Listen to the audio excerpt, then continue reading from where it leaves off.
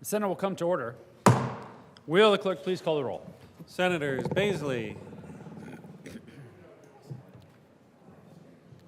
Senator Baisley. Excused. Bridges. Buckner. Coleman. Cutter. Danielson. Exum.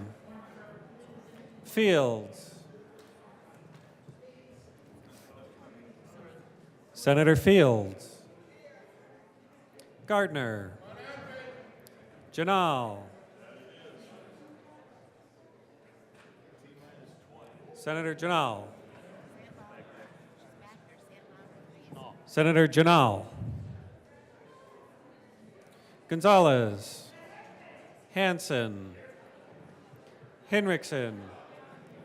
Hawkes Lewis. Kirkmeyer. Kolker. Liston. Senator Liston, thank you. Lundin. Senator Lundin, thank you. Marchman. Michelson Janae. Malika. Pelton B. Pelton R. Priola. Rich. Roberts. Rodriguez. Simpson. Senator Simpson. Smallwood. Senator Smallwood. Excused. Sullivan. Van Winkle. Will. Winter.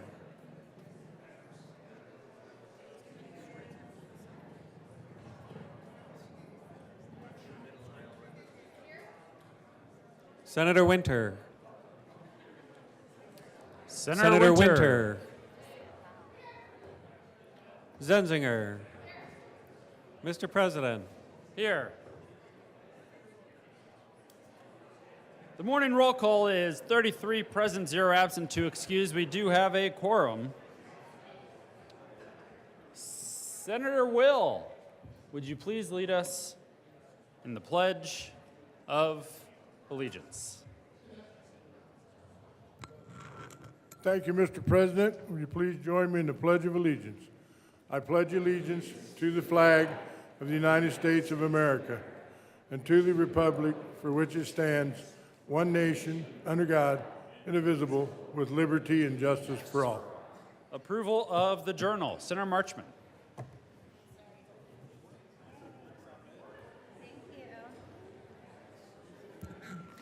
Thank you, Mr. President. I move the Senate Journal of April 17th, 2024 be approved as corrected by the Secretary You Extraordinaire. have heard the motion. All those in favor say aye. Nothing. Opposed, no? The ayes obviously have it, and the motion is adopted. Will the clerk please add Senator Baisley to the roll? Thank you, Mr. President. Senate Services. April 18, 2024, correctly printed Senate Bill 210, Senate Concurrent Resolution 2, correctly engrossed Senate Bill 194, correctly re-engrossed Senate Bills 37, 42, 69, 123, 126, 142, 152, 158, 171, 184, 185, 197, and 198, correctly revised House Bills 1136 and 1258, correctly revised House Bills 1089, 1094, 1156, 1170, 1172, 1227, 1229, 1250, and 1251, correctly enrolled Senate Bill 108. Committee reports. April 17, 2024, Committee on Education. After consideration on the merits, the committee recommends the following. Senate Bill 201 be amended as follows, and is so amended be referred to the Committee of the Whole with favorable recommendation, with the recommendation to be placed on the consent calendar. Committee on Health and Human Services. After consideration on the merits, the committee recommends the following. House Bill 1005 be postponed indefinitely. Committee on Transportation and Energy. After consideration on the merits, the committee recommends the following. Senate Bill 195 be amended as follows, and is so amended be referred to the Committee of the Whole with favorable recommendation. Committee on State, Veterans, and Military Affairs. After consideration on the merits, the committee recommends the following. Senate Bill 193 be referred to the Committee of the Whole with favorable recommendation.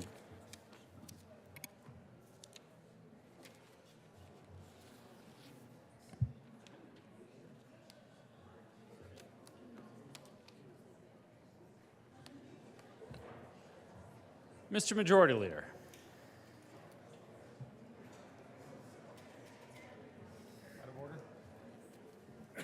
Thank you, Mr. President. I move that the Senate proceed out of order to take up a resolution. A resolution. The motion is to proceed out of order to take up resolutions. All those in favor say aye. Aye. Opposed, no? The ayes have it, and the Senate will proceed out of order.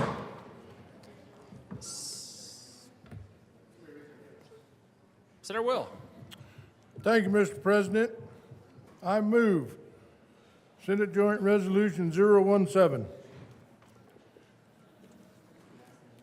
Ask that it be read at length, please. Will the clerk please read Senate Joint Resolution 17 at length? Senate Joint Resolution 17 by Senators Will and Roberts and Representatives McLaughlin and Lynch concerning the Colorado Legislative Sportsmen's Caucus and in connection therewith designating April 18, 2024 as Sportsman's Day. Whereas more than a century ago, hunters and anglers were among the first conservationists who realized America's natural resources were in peril and could not sustain unregulated harvests and habitat destruction.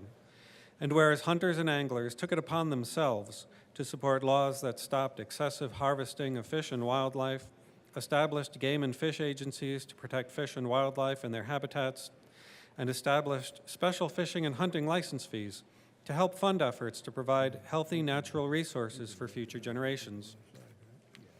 And whereas upon realizing that license fees alone were insufficient to restore and sustain healthy fish and wildlife populations, hunters and anglers supported excise taxes on firearms, ammunition and archery, hunting and fishing equipment to raise additional funds to support the restoration and enhancement efforts of state agencies. And whereas this user pay public benefit system became known as the United States Fish and Wildlife Services Wildlife and Sport Fish Restoration Program that began with the passage of the Pittman-Robertson Federal Aid and Wildlife Restoration Act in 1937, which was bolstered by the passage of the Federal Aid and Sport Fish Restoration Act in 1950, and further expanded with the passage of the Wallop-Brough Amendments to the 1950 Act in 1984. And whereas today Colorado Parks and Wildlife is funded in part by sportsmen and women through the American System of Conservation Funding, and this user pay public benefit system is still widely recognized as the most successful model for funding fish and wildlife management in the world. And whereas in 2021, Colorado sportsmen and women generated over $136 million through the system to support the conservation efforts of Colorado Parks and Wildlife. And whereas Colorado's more than 1.2 million hunters and anglers contribute more than $3.2 billion in statewide economic output per year while engaged in their pursuits, which supports over 25,000 jobs and generates around $187 million in state and local taxes.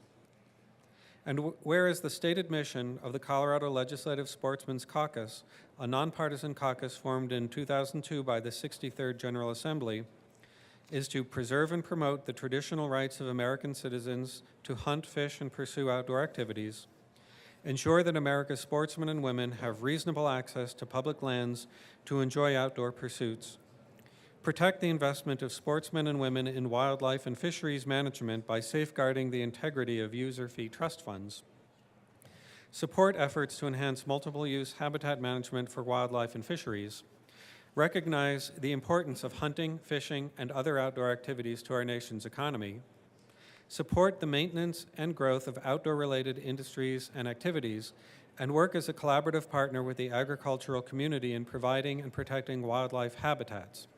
Now therefore be it resolved by the Senate of the 74th General Assembly of the State of Colorado, the House of Representatives concurring herein, 1, that the General Assembly urges its members to join the Colorado Legislative Sportsmen's Caucus. 2, that the General Assembly urges Colorado's institutions, both public and private, to work with the Colorado Legislative Sportsmen's Caucus as it strives to assist sportsmen and women to uphold their critical role in maintaining an economically vibrant and environmentally healthy Colorado. And 3, that the General Assembly hereby declares Thursday, April 18, 2024, to be Sportsman's Day, in recognition of the sportsmen and women of Colorado and in honor of their many contributions to conservation across the Centennial State. Be it further resolved that copies of this joint resolution be sent to Jeff Davis, Director of Colorado Parks and Wildlife, and Governor Jared Polis. Will the clerk please add Senator Smallwood to the roll? Senator Will. Thank you. Please be seated, colleagues. So, this is the best day of the year. It happens to be the 100th day of the session today, and it's also Sportsman's Day. So, two of the best days at the Capitol here that we can have. It's a great honor to be standing here with my co-chair on the Sportsman's Caucus, Senator Roberts. This is a wonderful day, and I want to remind everyone, make sure you go out and eat. We have Rocky Mountain oysters. We got several different things, but hot dogs and game dogs, and we want to feed you also. Last year, I think we had 430 people attending, and I think that was a record year. So let's break the record today. I know it's a little bit cool and cloudy out there, but please go out and grab lunch and talk to our sportsmen. You know, it's the Sportsman's Caucus, I think, has had a good year. And I think it probably is one of the most popular legislative caucuses that we have here. But they really focus on the wildlife resources of this state. And I think you heard Senator Roberts and I up here yesterday talking about that, sticking up for our wildlife resources. And they're also focused a lot on education and outreach and following many bills that we have here within that, but challenging. It's more challenging to manage our wildlife resources in this state than what it used to be. I can tell you that. I had a 43-year career, and I can tell you the front end of it was a lot different than what it is today. But these partnerships between private landowners, sportsmen, recreationists, parks and wildlife, and it's more essential now than ever. And many of you know about the initiative that's up. A couple of years ago, we had Senate Bill 31 for the to ban lion hunting, so that's still out there. With the 91, we want to make sure that we still manage and do the time-honored traditions that we have and use scientific wildlife management to manage our resource in this state. You've heard me say it up here multiple times, a ballot box is not how you manage the wildlife resource of this state. But it's a great day. I'm really honored to be standing up here and to be honoring the people here for the Sportsman's Caucus today. Senator Roberts. Thank you, Mr. President. Thank you, colleagues, for considering this resolution. I just want to quickly add my thanks to Senator Will for being the co-chair and one of the leaders of this caucus and a variety of efforts to support sportsmen and women. But for all of us, this is important because, as the resolution stated, sportsmen and women were the original conservationists in our state and in our country. And protecting our environment, which we all want to do, we want to keep Colorado the beautiful place that it is, doesn't happen without sportsmen and women in our state today. They pay into hunting and fishing licenses that help fund such important projects that keep our beautiful outdoors the way they are. And whether you are a hunter or an angler yourself, or whether you visit our state parks or just enjoy the beautiful outdoors, we can't do that and protect everything we love about Colorado without them. And we do have some special guests here that the Senator's Will is going to introduce in a moment. I want to thank them for their leadership year after year, supporting efforts here at the Capitol, but also supporting the great men and women across the state that are involved in this industry. It is such an important economic factor in our state, whether it's supporting communities that the Senator Will and I represent on the Western Slope, but every single person in Colorado benefits from their work, whether directly or indirectly. So really urge your support for this resolution and want to thank everybody that works so hard on these issues day in and day out in our state. For referring to Senator Will by name, wow, Senator Roberts will be fined 2 Rocky Mountain oysters. Okay. Senator Will. Just one cow. Just one cow. Just one cow.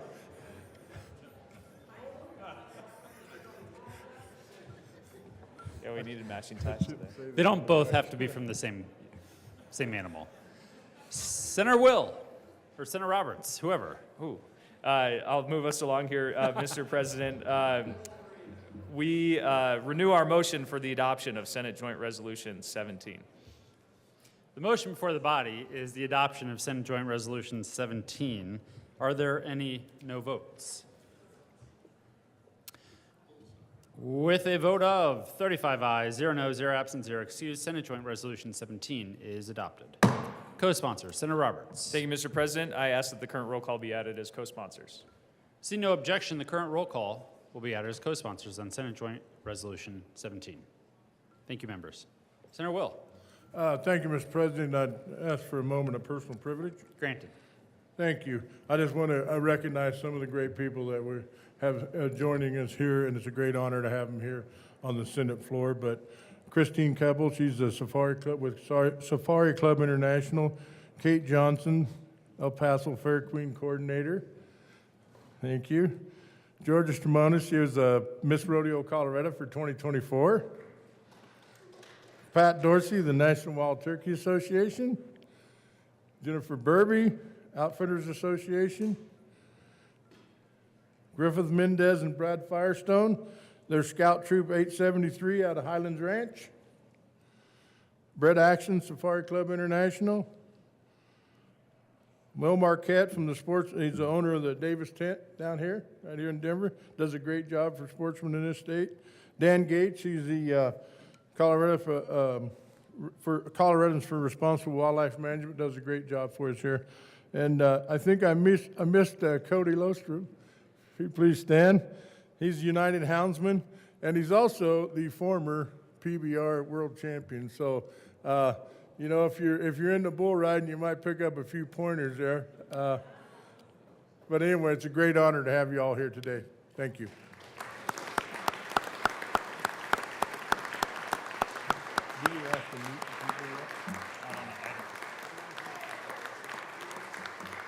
Probably not. I think we have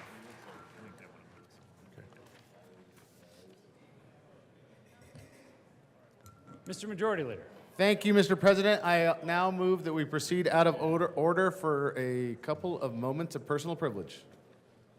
Motion is for the Senate to proceed out of order for moments of personal privilege. All those in favor say aye. Aye. Opposed, no? The ayes have it, and the Senate will now proceed out of order. Senator Hansen. Thank you, Mr. President. I request a moment of personal privilege. Granted. Thank you, Mr. President. Members, I am very excited to welcome back to the Senate chamber this morning the state champion George Washington High School debate team. They are joining us in the corner in the back. And I have a very short tribute that I wanted to share with you as my colleagues to honor their great season. The Colorado State Senate recognizes George Washington High School speech and debate team for winning the 2024 5A Colorado State Championship. The Senate also honors the individual accomplishments of 5 champions in their respective events and 11 competitors who finished in the top 5. The speech and debate team at GW was formed in 1960 when the school opened. There are now 165 students on the team participating in more than 35 tournaments per season. And in the past decade, the team is ranked in the top 10 among high schools nationwide. The team also achieved national success and was named a debate school of excellence across the U.S. Coach Mary Rose Cohen was named the 2023 Coach of the Year nationally. Absolutely. And in addition to that, was named the DPS Woman of the Year last year. So a huge congratulations to Coach Cohen and to the team. I'm excited to share that they have 29 individual qualifiers for the national tournament in the exciting city of Des Moines, Iowa. This is the 49th year in a row that GW will be at the national tournament, and I would be remiss if I didn't also tell my son Sachin how proud I am of him. He qualified in 2 events for the national tournament. He's got to pick one, and I wish you great luck in Des Moines, my son. Congratulations.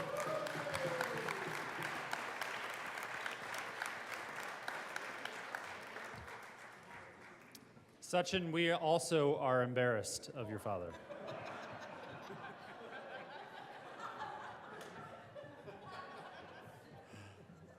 Mr. Majority Leader. Thank you, Mr. President. I ask for a moment of personal privilege. Granted. Colleagues, today is Aid Appreciation Day. Both me and the Minority Leader are doing celebrations for all of our aides today. I just wanted to read some notes from the tributes that we did. The Senate of the Colorado Legislature convened in the second regular session of the 74th General Assembly, hereby extends their heartiest congratulations and commendation to the Senate legislative aides. In honor of all their hard work as legislative aides, to their state senators and the efforts they have made to support the state of Colorado in the 2024 legislative session, their accomplishments will have a lasting impact beyond the walls of this building and stretch into every corner of the state of Colorado. Their work helps make all that happens at the Capitol possible, and for that we thank them. Hey, guys, I just want to thank you. You guys sit here and have to watch the show, and while we're here arguing and debating policy, you are making the machines and the trains work for all of us, whether it's handling constituent services, doing stuff taking meetings for your senators, and just want to thank all of the work you do, because none of the work, your stuff makes an impact on the state of Colorado on behalf of your senators and all your colleagues. So I just want to offer my heartfelt thank you for all the work that you guys do. Mr. Minority Leader. Thank you, Mr. President. I request a moment of personal privilege. Granted. Thank you very much. I add my voice in support and admiration and gratitude to the aides. We are very, very grateful for what you do in supporting us in our job. And I want to call out the fact that there is crystallized wisdom among the legislators. We all are considerably older, some of us much, much older than you aides. And it can be a two-way street where you support us and we provide to you the opportunity to download and learn from some of the things we've experienced across the course of our career and our time in politics. And this is critically important in my mind because we are in a turbulent and challenging season as a nation, as a society, in the body politic. And that season will turn. And with the next spring will rise up new leaders. And many of those new leaders are those of you who are already among the Aid Corps. And we are grateful for the opportunity to interact with you and hopeful for the future that we believe you will bring to our state and to our country. Thank you for doing the roles and the work that you do, and blessings on you as you move forward into greater leadership roles as you move forward with your careers. Mr. Majority Leader. Thank you, Mr. President. I'll ask for another moment of personal privilege. Granted. Will all the aides in the room just please stand up so everybody here can, we know our aides and our other ones, but I just want you all to stand up and take a recognition.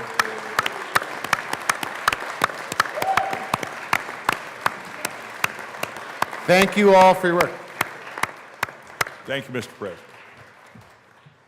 Thank you so much for the work that all of our aides do in this building. You really help us continue to make sure that the wheels of government for the state of Colorado, for the people of Colorado, continue to turn, and we are forever, and the people of Colorado are forever indebted to your service and your work. The Senate will stand in a brief recess to greet all of our guests that are on the floor with us this morning.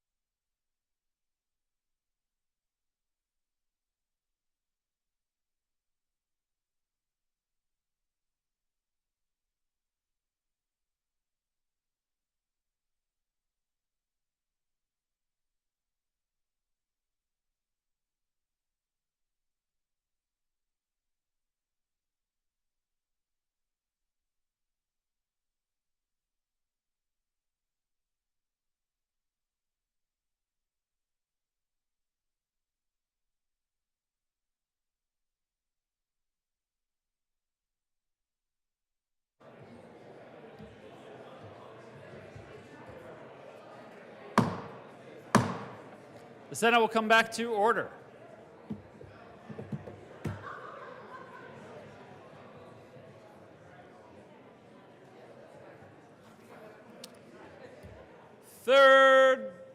Never mind. Committee reports. April 17, 2024, Committee on Health and Human Services. After consideration on the merits, the committee recommends the following. Senate Bill 110 be amended as follows, and is so amended, be referred to the Committee on Appropriations with favorable recommendation. Committee on Judiciary. After consideration on the merits, the committee recommends the following. House Bill 1107 be referred to the Committee of the Whole with favorable recommendation. House Bill 1173 be referred to the Committee of the Whole with favorable recommendation, and with the recommendation to be placed on the consent calendar. House Bill 1232 be referred to the Committee of the Whole with favorable recommendation.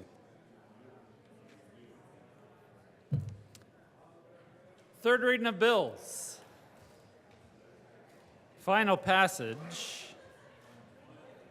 This is it. This is the end. Final passage. Will the clerk please read the title? Once Senator Bridges stops singing. Please read the title to Senate Bill 194. Senate Bill 194 by Senators Roberts and Will and Representatives McLaughlin and Armagost concerning special districts that provide emergency services and in connection therewith authorizing district to impose an impact fee on certain new construction and to levy a sales tax to generate additional revenue for district services. Senator Roberts. Thank you, Mr. President. We move Senate Bill 194 on third reading and ask for an aye vote. Is there any discussion? Seeing none, the motion before the body is the adoption of Senate Bill 194. Are there any no votes? Senators Lundin, Van Winkle, Rich, Kirkmeyer, Smallwood. With a vote of 30 ayes, 5 noes, 0 absent, 0 excused, Senate Bill 194 is passed. Co-sponsors. Senators Marchman, Priola, Cutter, Michelson Janae, Janal, Buckner, Malika, Exum.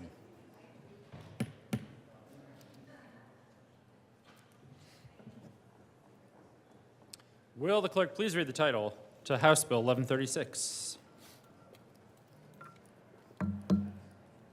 House Bill 1136 by Representatives Pugliese and Amabile and Senators Cutter and Smallwood concerning measures to encourage healthier social media use by youth and in connection therewith making an appropriation. Senator Cutter. Thank you, Mr. President. I move House Bill 241136 on third reading and final passage. Is there any discussion? Seeing none, the motion before the body is the adoption of House Bill 1136. Are there any no votes? Senators Van Winkle, Baisley, Minority Leader Lundin, Liston, Pelton B., Gonzalez, Zenzinger,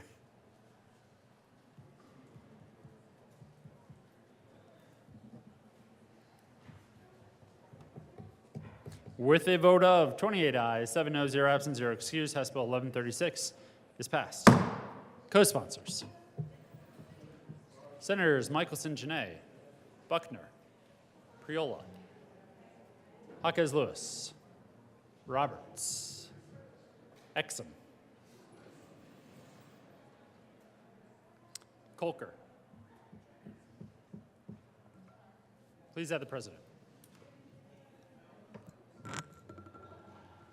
Will the clerk please read the title to House Bill 1258? House Bill 1258 by Representatives Brown and Basenecker and Senator Roberts concerning credit for the out-of-pocket expenses paid by a covered person when a health insurance carrier exits the market. Senator Roberts. Thank you, Mr. President. I move House Bill 1258 on third reading and ask for an aye vote. Is there any discussion? Senator Smallwood. Thank you, Mr. President. Thank you, colleagues. Appreciate the senator from Summit County bringing this bill, and I think it's an important bill, but I think there's a big part of the conversation that went really without any discussion, I don't think in committee or on seconds, about the genesis of why a bill like this is needed. So for those of you who have real lives and don't spend your hours mired in the health insurance business. What House Bill 1258 does is it makes whole, at least in my opinion, it makes whole premium payers, patients who, purchasers of health insurance, who, due to no fault of their own, had their insurance policy swept out from underneath them. So let me kind of draw this out for you. So you are a citizen in the state of Colorado. You have been doing your job when it comes to health insurance, which is A, you bought it in the first place. Good for you, kudos. A lot of people don't. You purchased it, and you have been dutifully making premium payments every month or every paycheck. So you've done your job, at least from my perspective, you've done your job. And then what happens is out of nowhere, you get a notice that says your insurance company has gone bankrupt. It's leaving the state, going out of business. And hypothetically, let's say, this is one of those years in your life where you've had some things going on. You've had some doctor visits, you've had some expensive prescriptions, maybe you've had a surgery, maybe you're in chemotherapy. So you have incurred medical bills, and because of that, more than likely, you have been paying out of your own pocket towards your deductible first, right? That's how health insurance works for most of us. You have co-pays, then you meet your deductible, which, by the way, the average is like a couple of grand. In Colorado, on our exchange, averages several $1,000s, $4,000, $6,000, $9,000 worth of deductible. Then the health insurance company starts paying their portion, co-insurance percentage, so the insurance company pays 50%, 60%, 80%. You're paying the balance until you reach your out-of-pocket maximum, which the federal government so brilliantly under the Affordable Care Act has set that at like $13,000, $15,000, $17,000 for a family, right? $9,000 for a single person. That's what federal government deems affordable, by the way, for those of you who, again, have lives and don't follow this stuff. So let's say you've paid $9,000 out of your pocket. It's November, and you get a notice saying your insurance company has gone away. And thank goodness we have a process now that didn't exist 30 years ago that says you are now in a qualifying event and you can go purchase another plan, and you don't need to worry about, because of the fact that you're sick, perhaps, maybe you're still in chemo, something like along those lines. We live in a country now where you don't get turned down, you don't have pre-existing condition limitations, you don't have riders. You get to buy another policy, but guess what? Without House Bill 1258, you more than likely have to start all over again with a new deductible, more out-of-pocket costs to you. And then what happens on January 1, colleagues? It's a new calendar year. You start all over again. So you met your, call it $9,000 out-of-pocket maximum through October. You meet it again, October, November, December, and you get to start all over again in January. Next thing you know, you're out $27,000 worth of medical bills. So House Bill 1258 simply says that we are going to mandate that next insurance company that offers you coverage has to give you credit for any and all portions of deductibles and out-of-pocket maximums that you've met, which is fair. Because as a patient, it wasn't your fault that the rug got pulled out from underneath you. That's a good thing. That's why I commend the bill sponsor for carrying the bill. But what infuriates me, colleagues, and by the way, this is about as mad as I get, just for those of you watching at home, glued to your televisions. is somebody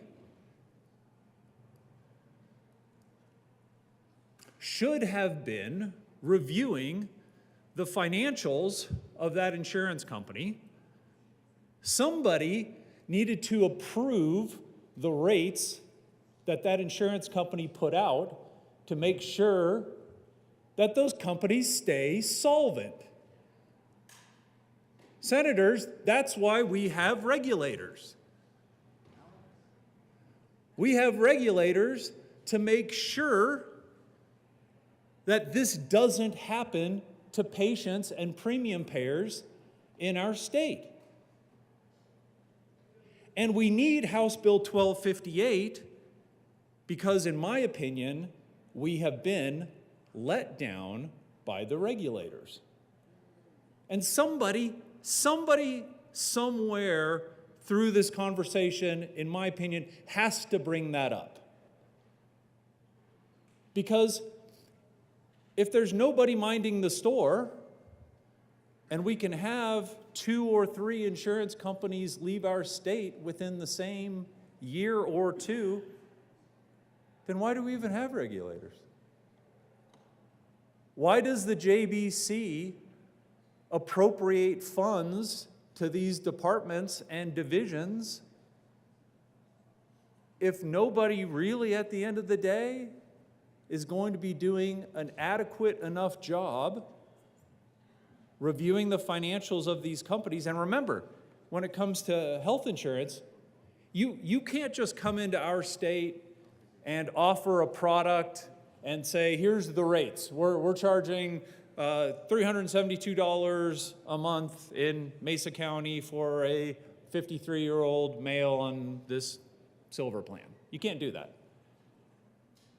You have to take all those rates, you bring them to the appropriate division in the executive branch, and they have to bless those rates before you can offer that product at those rates. They have to be approved. And it is up to the regulators, in my opinion, to make sure that those premiums that they have filed are adequate enough to keep that insurance company solvent. Because otherwise, we need things like 1258. And that's why I'm upset. Because we shouldn't need this. We shouldn't need this bill. And some of you might be thinking, well, Senator from Douglas County, that's all cute and great, but sometimes companies are, crooked and been, misrepresenting themselves to the division, Well, colleagues, if that was the case, when it comes to the health insurance companies who have gone bankrupt and left our state, I would assume that we would have heard by now, years later, something from the Attorney General's office that says that there was some sort of misdeeds going on. I don't know about you. I haven't heard of any allegations, convictions, sentencing of any of the executives at any of the insurance companies who went bankrupt and left our state. And because I haven't heard that, I would assume, might be a misguided assumption, but I would assume that that's not what happened. And what we keep hearing in the state of Colorado is the executive branch trumpeting the success of these regulators going to the insurance companies and beating down the rates to help lower health insurance rates across the state. The insurance companies file a set of rates, and we get pushback from the first floor that says, no, those rates are too high, and so go back to the drawing board, sharpen your pencils, and rates come down. And they trumpet that, and they celebrate it, and they put it on the website. Look what we did. Look at all the good things we did. Nobody talks about the fact that when an insurance company succumbs to such pressure to artificially lower their rates below a level that's sustainable, you get insurance companies that go out of business, and you get the need for House Bill 1258 because of that. Nobody talks about that. Senator Smallwood, would you like to go into your next 10 minutes? Mr. President, I would if I won't take the whole time, but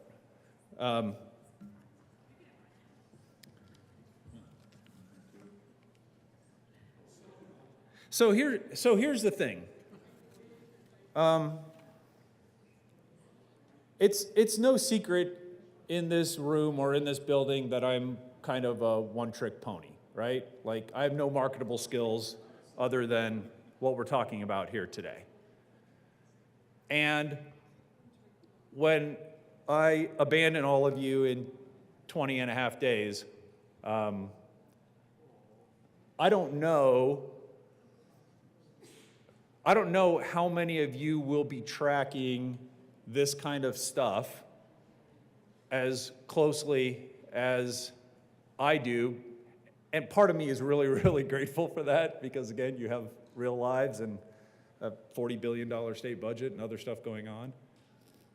But I would hope, and my ask and my plea is that after I'm gone, that somebody sort of picks up the torch when it comes to making sure that we are going to strike a better balance than we have historically in the 8 years I've been here.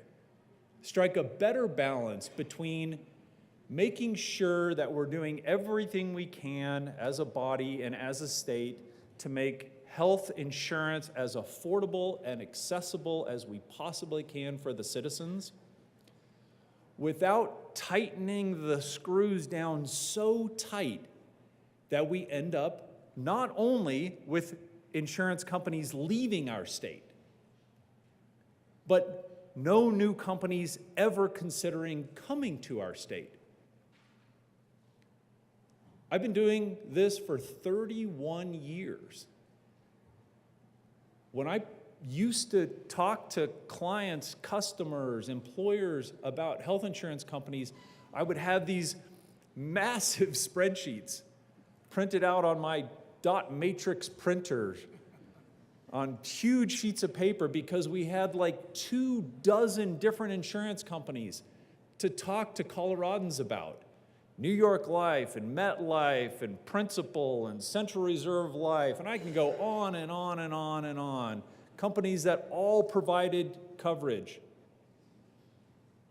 And am I saying it's the state of Colorado's fault that those companies don't exist? No, like a lot of things. There's been consolidations, there's been mergers, there's been people who've just decided they didn't want to be in the business. But I just don't think we've done everything that we can to encourage those few remaining insurance companies out there across the country to consider coming to Colorado, to consider selling products here, to give our citizens more choice. We're still, just like we were when I was elected, we're still in the situation where we have counties in our state today that have one choice of an insurance company. That's asinine. That shouldn't be the case. It doesn't have to be the case. But somebody in this room is going to have to get tough with the first floor and say, yes, we get it. We want good plans and we want affordable rates and all of that.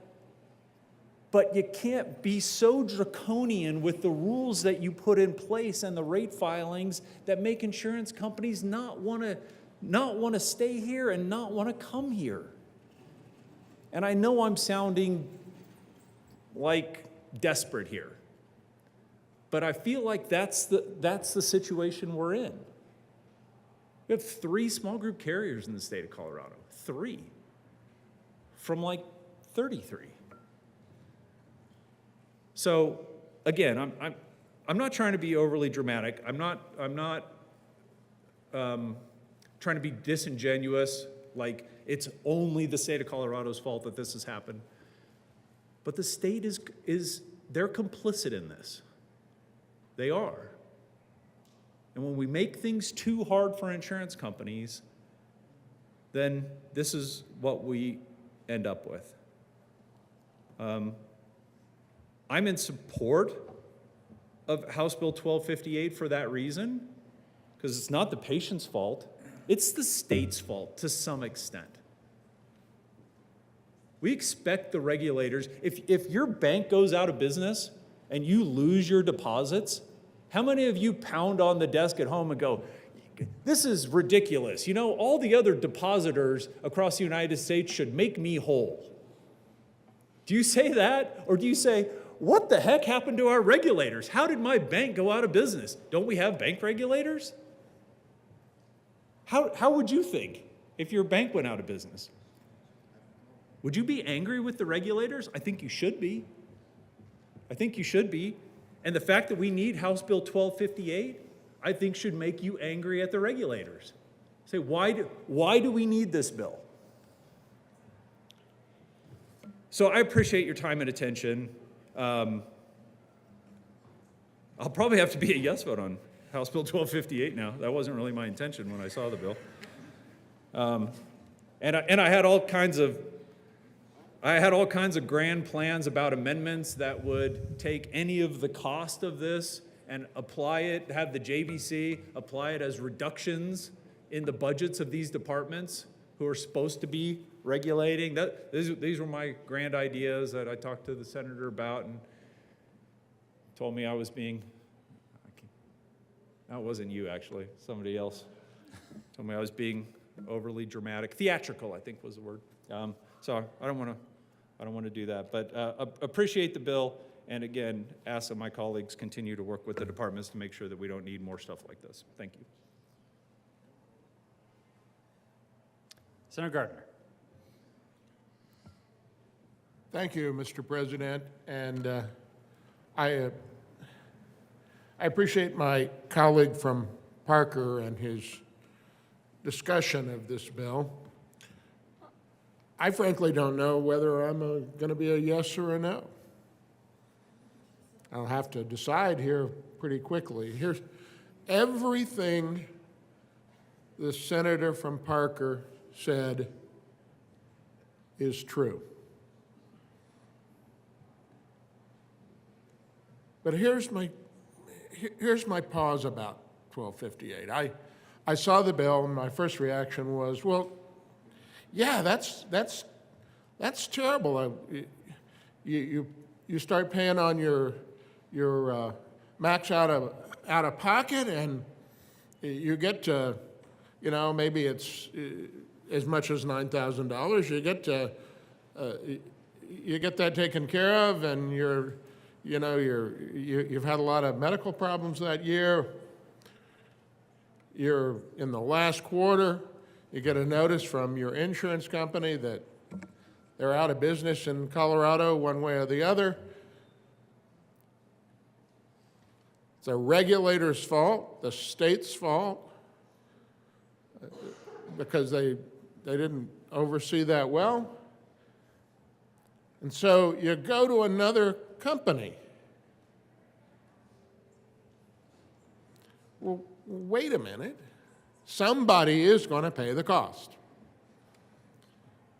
because the other company has a rate structure built on minimums and their premiums and so forth.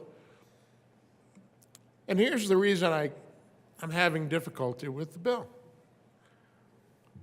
Why does this loss that is suffered by someone with one company because of the state's failures, why do those other policyholders and the other company have to bear the cost of that? Because we'd like to pass it on to the regulators. We'd like to pass it on to the state. Yeah, we pass it on to the state. You know who we're passing it on to? Put your hand in the air and ask all your constituents to do that. If the state said, "Well, we'll be the guarantor for this," I mean, one theoretical. I start to say possible, but there's the Joint Budget Committee says we have to balance the budget. Oh, the Constitution says that. But in theory, we could say, well, the state will be the guarantor for that. Well, we're not going to do that, and really, as a practical matter, can't. So what are we going to do? well, we're going to say to the other insurance company that has been responsible and set a proper rate structure, we're going to say, you and it's ultimately your policyholders are going to have to bear the cost of the other company that didn't, and the people who chose its policy and at a lower rate probably, because after all, they've gone out of business, and the regulators who let them get away with that. So we're passing the cost on to other people. And that's my struggle with this. And in fairness, it sounds to me like the senator from Parker has struggled with this as well. And I don't know if he is inclined to come to the well and use the remaining time in a second time to tell me why when I vote yes on 1258, how can I feel good about saying to the other company and its policyholders, well, that's your burden now. The state won't take it, can't take it. Maybe that's just insurance. Maybe that's just the theory of insurance, but it's pretty. But why? You know, I'm going to say this out loud, and since, as all of you know, I'm not running any longer for an office.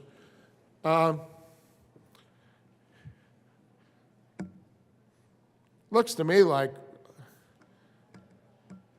for good or ill, and I think ill, we just end up, in a practical sense, creating a whole larger single-payer system out there with multiple providers, because we're just passing from, we're saying this company failed over here, and this already happens in the insurance industry. This company failed over here, and all the rest of you have to bear the cost. I mean, the banking example that the senator uses, I mean, that's what FDIC and NCUA is all about, is the risk spreading. I just, maybe we don't have any choice. Maybe that's where we are. We don't have any choice. But we could leave the loss where it is. And I feel badly for this is a real thing. It's not theoretical. This happens to people, the people who are bearing the cost. Or I could say, well, all of the rest of you have to pay $5 more. I don't know if it's another dollar or $5 more or whatever. But that's what we're doing. Let's not kid ourselves. Let's not be,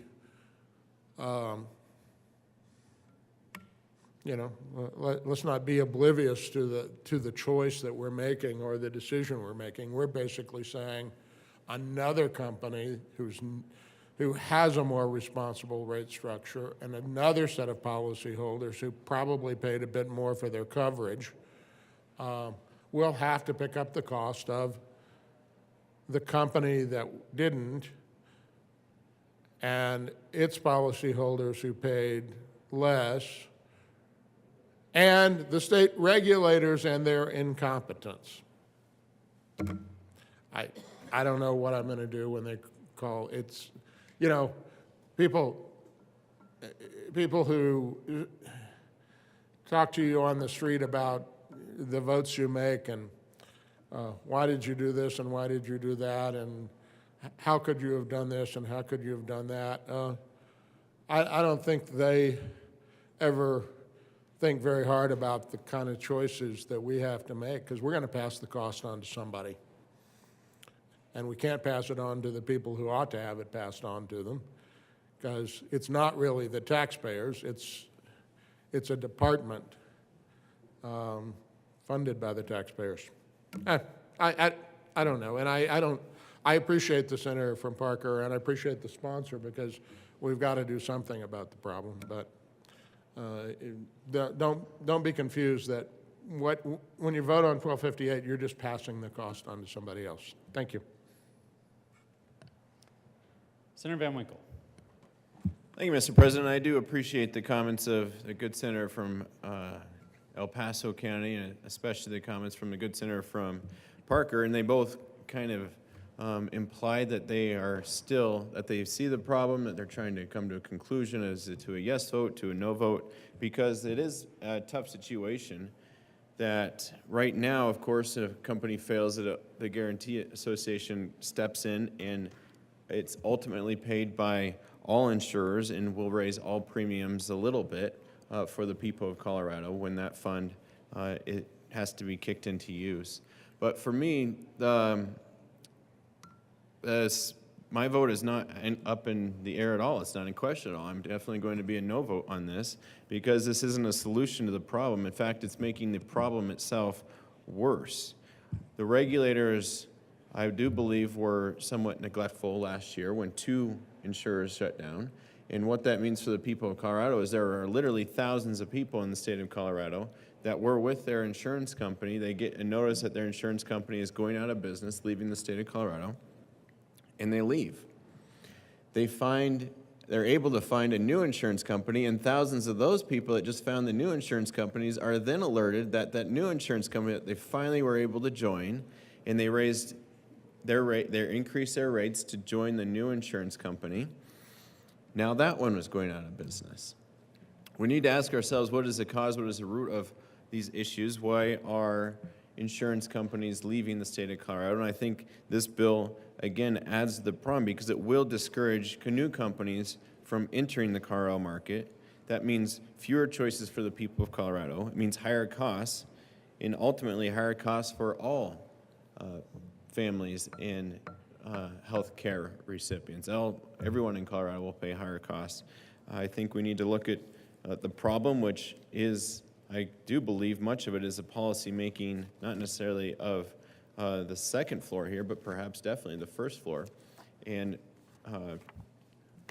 review exactly what we're doing, because this bill 1258 here, I'll be a no vote today. I encourage you to be a no vote too, because I think it does make the problem worse. It will lead to fewer companies in the Colorado market, which will lead to higher costs for everyone. Thank you. Seeing no further discussion, the motion before the body is the adoption of House Bill 1258. Are there any no votes? Senators Van Winkle, Will, Baisley, Rich, Gardner, Minority Leader Lundin, Liston, Pelton B, Pelton R. With a vote of 26 ayes, 9 noes, 0 absent, 0 excused, House Bill 1258 is passed. Co-sponsors: Senator Zenzinger, Winter, Buckner, Priola, Bridges, Cutter, Jaquez Lewis, Hanson,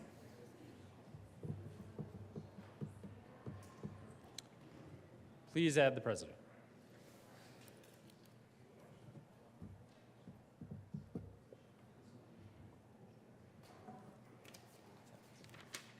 General order, second reading of bills, consent calendar. Senator Bridges. Thank you, Mr. President. I move the Senate resolve itself into the Committee of the Whole for consideration of General Orders, second reading of bill, consent calendar. You have heard the motion. All those in favor say aye. Opposed, no. The motion is adopted. The Senate will resolve itself into the Committee of the Whole for the consideration of the General Order, second reading of bills, consent calendar, and Senator Bridges will take the chair.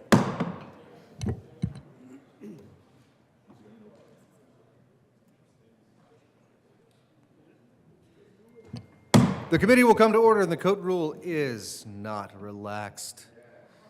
Mr. Majority, will the clerk please read the title of the bill on the General Orders, second reading of bill, consent calendar? House Bill 1130 by Representatives Daugherty and Lynch and Senators Lundin and Hanson concerning protecting the privacy of an individual's biometric data.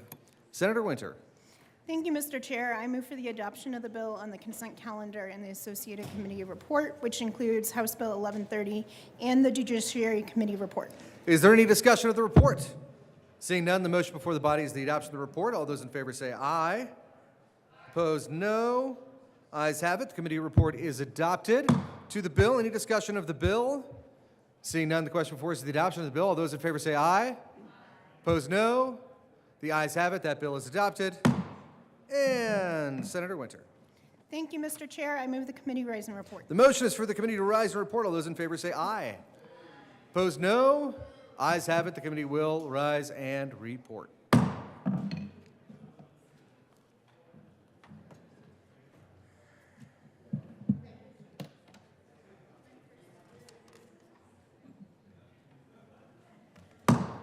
Senate will come to order. Senator Bridges. Thank you, Mr. President. The committee has met and had a bill under consideration. Will the clerk please read the report? April 18, 2024. Mr. President, your committee of the whole begs leave to report it has had under consideration the following attached bills, being the second reading thereof, and makes the following recommendations thereon. House Bill 1130 is amended, passed on second reading, and ordered revised and placed on the calendar for third reading and final passage. Senator Bridges. Thank you, Mr. President. I move the report. Motion is the adoption of the committee of the whole report. Are there any no votes? With a vote of 35 ayes, 0 noes, 0 absent, 0 excused, the committee of the whole report is adopted. House Bill 1130 is amended, passed on second reading, and ordered revised and placed on the calendar for third reading and final passage. General order, second reading of bill. Senator Bridges. Thank you, Mr. President. I move that the Senate resolve itself into the committee of the whole for the consideration of general orders, second reading of bills. You have heard the motion. All those in favor say aye. Aye. Opposed, no? The ayes have it. The motion is adopted. The Senate will resolve itself into the committee of the whole for the consideration of the general order, second reading of bills, and Senator Bridges will take the chair.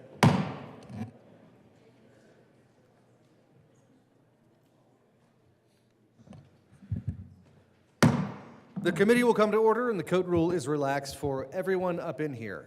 Mr. Majority Leader. Thank you, Mr. Chair. I move to lay over House Bill 1057 until Friday, April the 19th. The motion is to lay over House Bill 1057 until 419. All those in favor say aye. Opposed, no. Ayes have it. That bill will lay over. Will the clerk please read the title to House Bill 1021?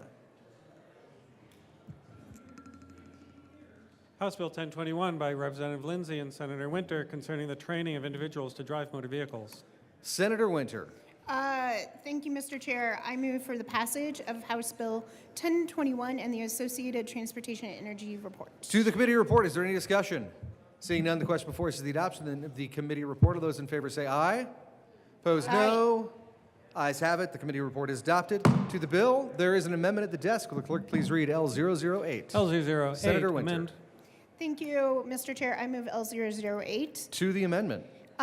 This is a cleanup amendment for DOR to be able to implement this bill, and I encourage a yes vote. Is there any further discussion? Seeing none, the question before us is the adoption of L008. All those in favor say aye. Opposed, no. Ayes have it. L008 is adopted. To the bill, any discussion? Senator Winter. I move L007. Well, there is an amendment at the desk. Will the clerk please read L007? L007. Senator amend Winter. The Transportation and Energy Committee Senator report. Winter. Thank you, Mr. Chair. L007 does some clarity around the log of who can supervise a minor when they're learning to drive, and I encourage a yes vote. Thank you, Senator Winter. You moved the amendment outside the proper order, which was mostly my fault. But could you please move it again? Senator Winter. I move L007. It is moved and described. Is there any further discussion of L007? Seeing none, the motion before us is the adoption of L007. All those in favor say aye. Opposed, Aye. no. Ayes sparingly have it, and L007 is adopted. To the bill, Senator Winter. Thank you, Mr. Chair. This simply modernizes our driver's education system. We have more and more deaths and accidents on the road every year, and a proven way to reduce those deaths is to increase driver's education. I think we've struck the right balance, and I encourage a yes vote. Is there any further discussion? Seeing none, the question before us is the adoption of House Bill 1021. All those in favor say aye. Opposed, no. Ayes have it. 1021 is adopted. Will the clerk please read the title to Senate Bill 72?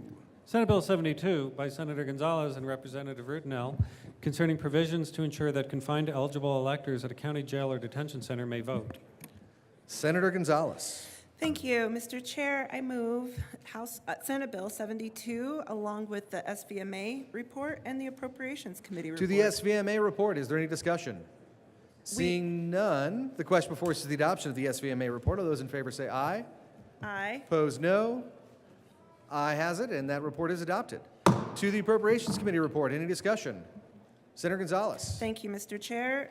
We appropriately appropriated the appropriation. How appropriate? Is there any other discussion? Seeing none, the question before us is the adoption of the Appropriations Committee report. All those in favor say aye. Aye. Opposed, no. The ayes resoundingly have it, and that committee report is adopted. To the bill, Senator Gonzalez. Thank you, Mr. Chair. This bill, colleagues, is about ensuring that we build upon the ability for eligible Coloradans to vote. 60% of the jail population currently in the state of Colorado are pretrial detainees. In this country, you are innocent until proven guilty. And so if you are detained in jail before you have been convicted of any offense, or if you've been convicted of a misdemeanor, you should still have access to the ballot. We made a number of amendments in order to be responsive to the county clerks. We worked alongside and had multiple meetings with the county sheriffs and bring forward this bill because there were, in the 2020 and the 2022 general elections combined, over 9,000 eligible confined voters who did not receive a ballot. I ask for an aye vote on this bill in order to build upon the important work that we have built on a bipartisan basis starting in 2005. And I see that there is discussion, so I will let that commence.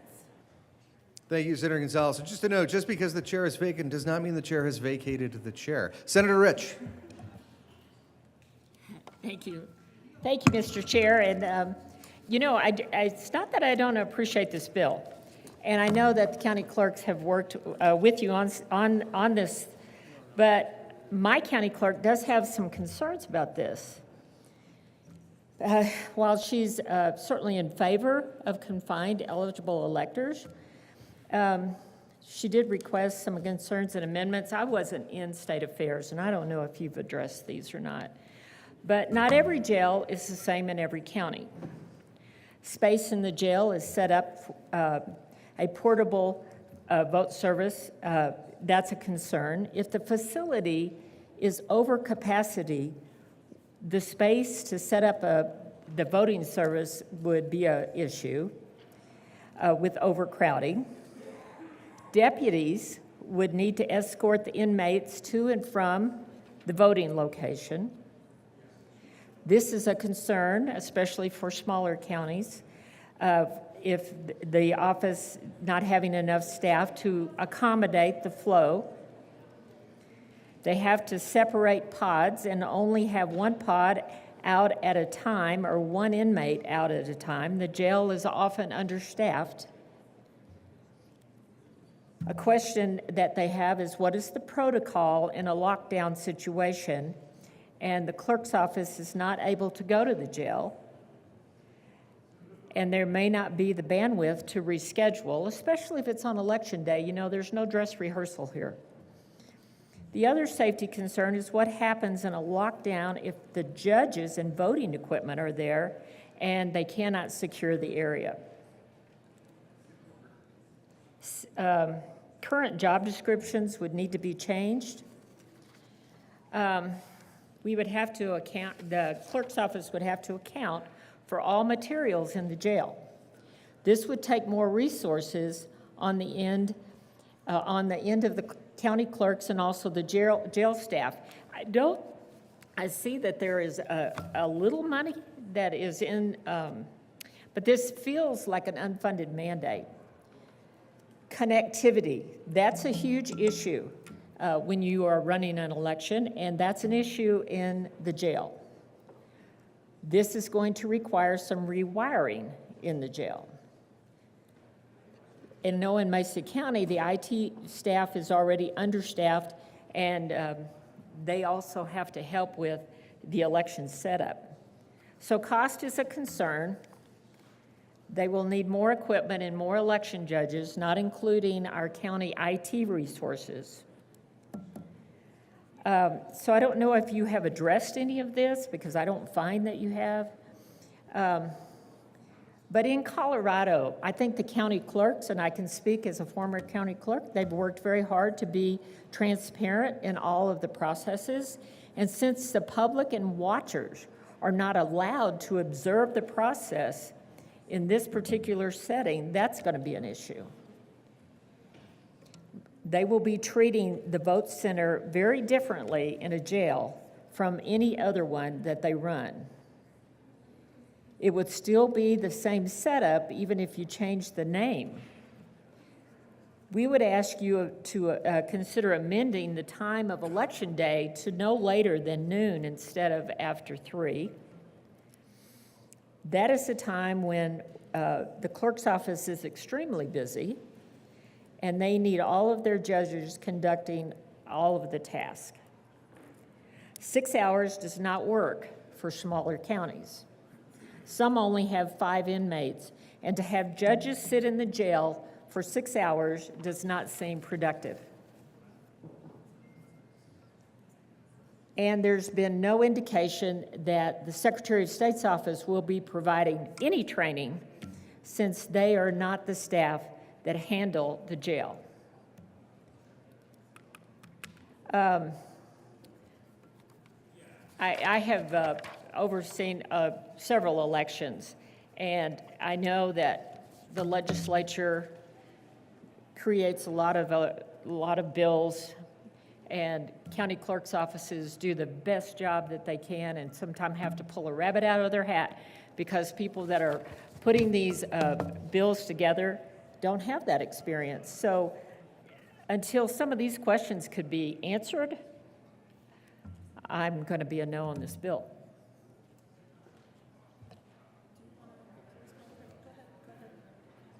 Senator Baisley.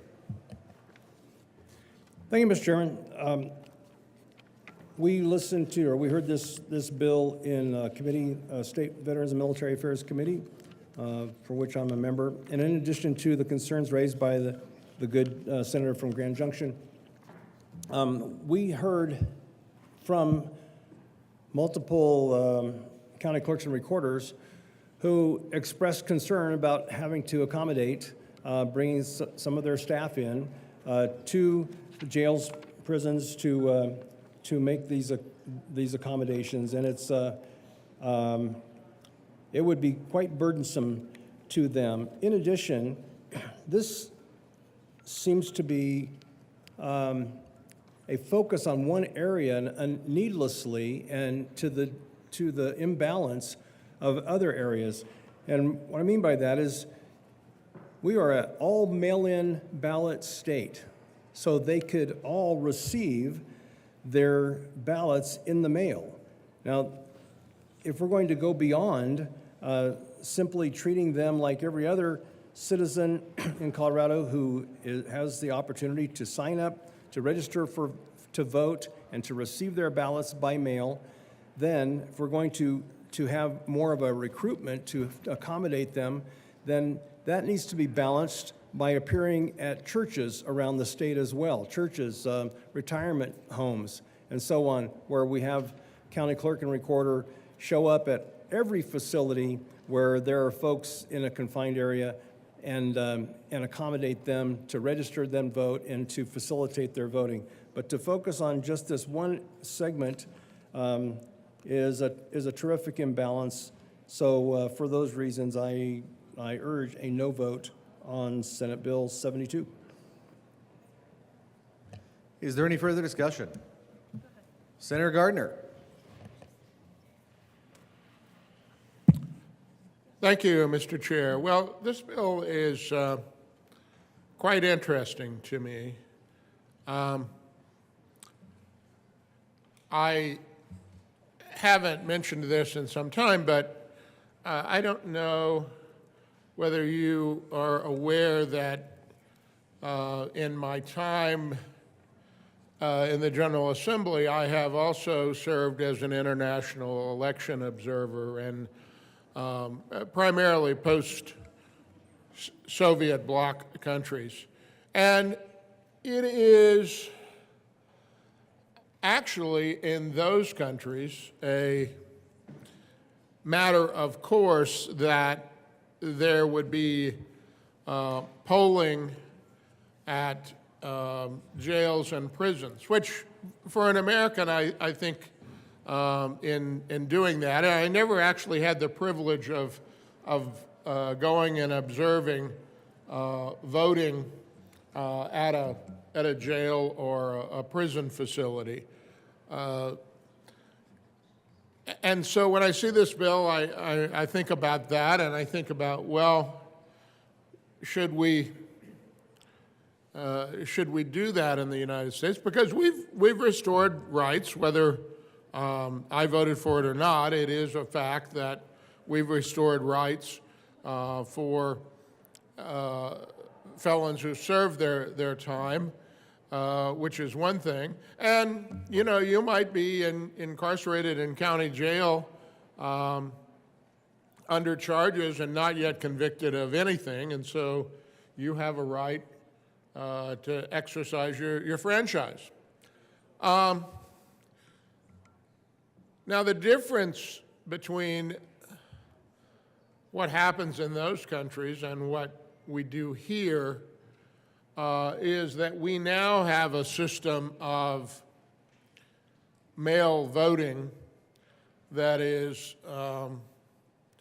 quite developed. And by the way, in my time as an international election observer, I observed mail balloting in one Western European country that both a fellow observer and I warned them that they would have difficulty because they were not monitoring in a way, and they were just inundated with mail ballots. And sure enough, they, a few years after that, had to actually invalidate election results because of that. But I digress and could be gavelled if I'm not careful here. The thing is, we have a well-developed mail-in ballot system, which reminded me of my experience as a military service member, because we've had absentee voting in this country for forever. And when I was an active duty member of the Air Force, I was conscientious about voting and was frustrated at times. Now, we had, in our military units, we had a voting officer, someone whose duty it was, and the judge advocate, and I was a judge advocate for most of my service, often administered that program. But I must say, in the late 70s and 80s, it was not well administered, and I had to be quite diligent about requesting a primary ballot from my county clerk and doing so in advance. We have made great improvements on that. So what I would say about the bill is I'm supportive of the idea that county sheriffs who run our jails ought to, and we could require them to designate someone on their staff to be in charge of that and to ensure that those people who wish to vote by mail are able to receive their ballot and take some time to ensure that and work with the clerk and recorder so that every citizen, including those who are in jail pending trial or serving a misdemeanor sentence, would have an opportunity to vote. My difficulty with the bill is I don't think we need to take a ballot box to the jail for a day. I think that's difficult to do. And because we have such a well-developed mail ballot system, I don't know about you, but I haven't been to the poll on election day. Well, I can't remember the last time. I mean, it must have been 10 or 12 years ago. So I don't object to the idea of ensuring that protections are in place so that those inmates in our county jails have an opportunity to vote, and that they can get their ballot, and that's facilitated and coordinated with the clerk and recorder. But to run a polling location there, I think is not particularly necessary. I'm also concerned about the civil penalty for the sheriffs. It does seem to me that there needs to be some assurance that county sheriffs are going to do this and designate someone to do it and do that. But I think creating really what's one more inmate lawsuit may not be the way to do it. I think there are probably things we could do under HAVA that would be sufficient without setting a $5,000 civil penalty. So I commend the sponsor of the bill. I think it's an interesting discussion and something to talk about, and important to think about the fact that every citizen has a right to vote if they're in Colorado, if they're not currently under a felony sentence. They have a right to vote, and we ought to assure that for everyone. A final comment. It is interesting to me in my being an international election observer, the attitudes in those countries about people in prison voting was very different than ours, and it was reflective of their political culture and experience. When I first heard about this, I said to some of my colleagues there working with me from the country, I'm like, well, wait a minute, you allow people in prison to vote, and we don't in America, and they were kind of shocked, actually. And then their response to me was, well, they might be there for having committed a murder, but they also might be there for political reasons. They might be political prisoners. They might have been put in jail in our culture because the government disagreed with them, and that was why they were there. So for those of you who think that we may have political prisoners in this country, I'm not a subscriber to that in particular, but for those of you that are, you might want to consider whether or not allowing those in prison for having participated in some demonstration somewhere at some time in the recent past, whether they should be assured of their right to vote in their jurisdiction as well. I'll leave it at that. Wow. Senator Gonzalez. Thank you, Mr. Chair. I'm always appreciative of a good discussion, and so I want to thank the good senator from Grand Junction, the good senator from Woodland Park, and the good senator from Colorado Springs for their questions about the policy. I want to take them line by line, or issue by issue, point by point. To the good senator from Grand Junction, you asked a question about cost. And I will just remind you that we recently, I believe it was last year, shifted the reimbursement costs into a new cost share between the state and the local counties.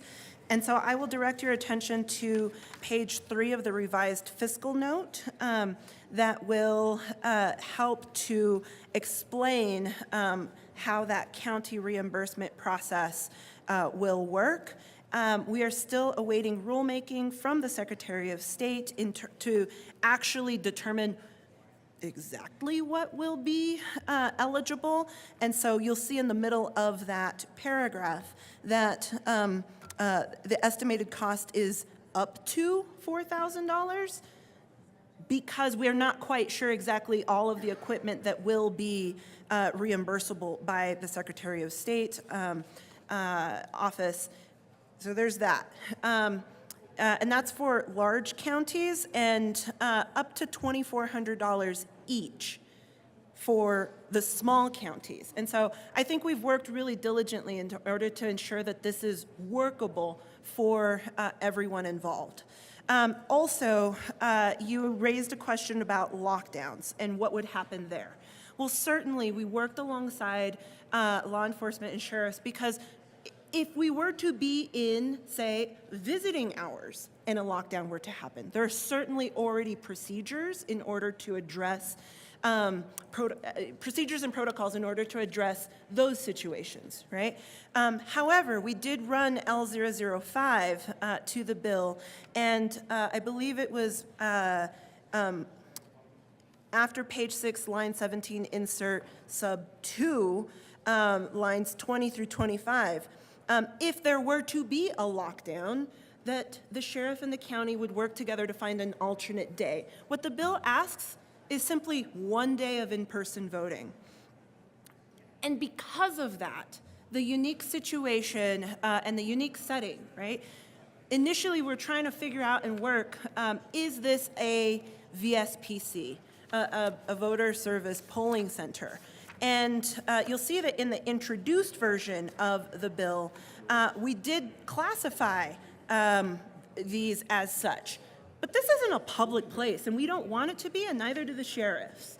And so we actually struck that language in order to respond to both law enforcement and the clerk's concerns. And so I hope that that is responsive to the questions that you have asked. I want to also respond back to the questions that the senator from Woodland Park raised. Do I also think that we should be expanding access in retirement homes and churches? Sure, we already do. And there is incredible and great work that happens that our local clerks and recorders engage in. Certainly that nonprofit organizations that are just, trying to increase access to the ballot do. Unfortunately, any amendments along those lines wouldn't fall under the title of this bill, because this is about confined eligible electors at a county jail or a detention center. And so while I'd love to work alongside you in regards to those policies, just not under 72. The last piece that I just want to respond to is to the good senator from Colorado Springs and the question around mail ballots. And, mail ballots were designed for folks in community, Coloradans. Let me say that again. Mail-in ballots were designed for Coloradans who are out in community. And the unique situation of being confined on the period during any day between the 15th day before Election Day and the 4th day between Election Day. It's why we recognize and understand that we should have one additional day of in-person in-person voting. We actually heard from people who testified during the committee who had been confined, whose family member or loved one or roommate had attempted to mail them their ballot, and then were not allowed to actually receive the ballot by the voting official, by the the jail officials. And so it's why we wanted to be respectful of that fact, and you'll see that language was also added in L005. And the last piece that I want to respond to is in regards to the penalty, because you'll see that we actually struggled mightily in regards to how do we hold those to account when someone's constitutional right to vote is being infringed upon. Initially, in the bill, we put in a criminal penalty. And then we realized it's probably not the right way to go.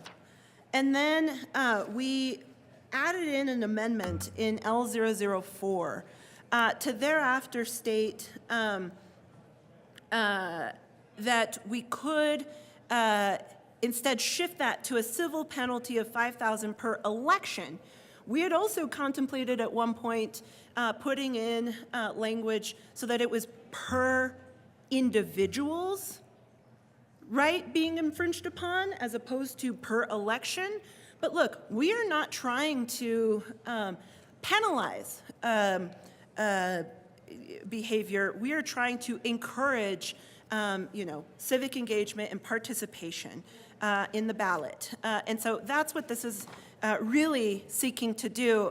I hope that I've responded to the questions and best I can, and if there's additional conversation, happy to engage in it. Senator Rich. Thank you, Mr. Chair, and I want to thank the sponsor for answering some of those questions for me. Some of the things that I'm still having a concern about is treating this type of a vote center differently than others, because in a jail, the public and the watchers are not going to be allowed to observe the process. So that seems that you're now denying a group of people not to observe the process. So treating this vote center differently from others, that still seems to be an issue. I guess you could change the name, but it's still a vote center. And we are doing this in the name of transparency, I thought.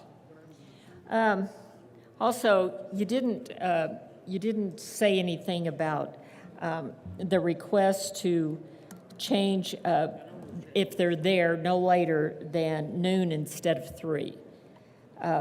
Our county clerk said that that's an extremely busy day. If you've never participated in election day, that's extremely busy, and all judges need to be on deck.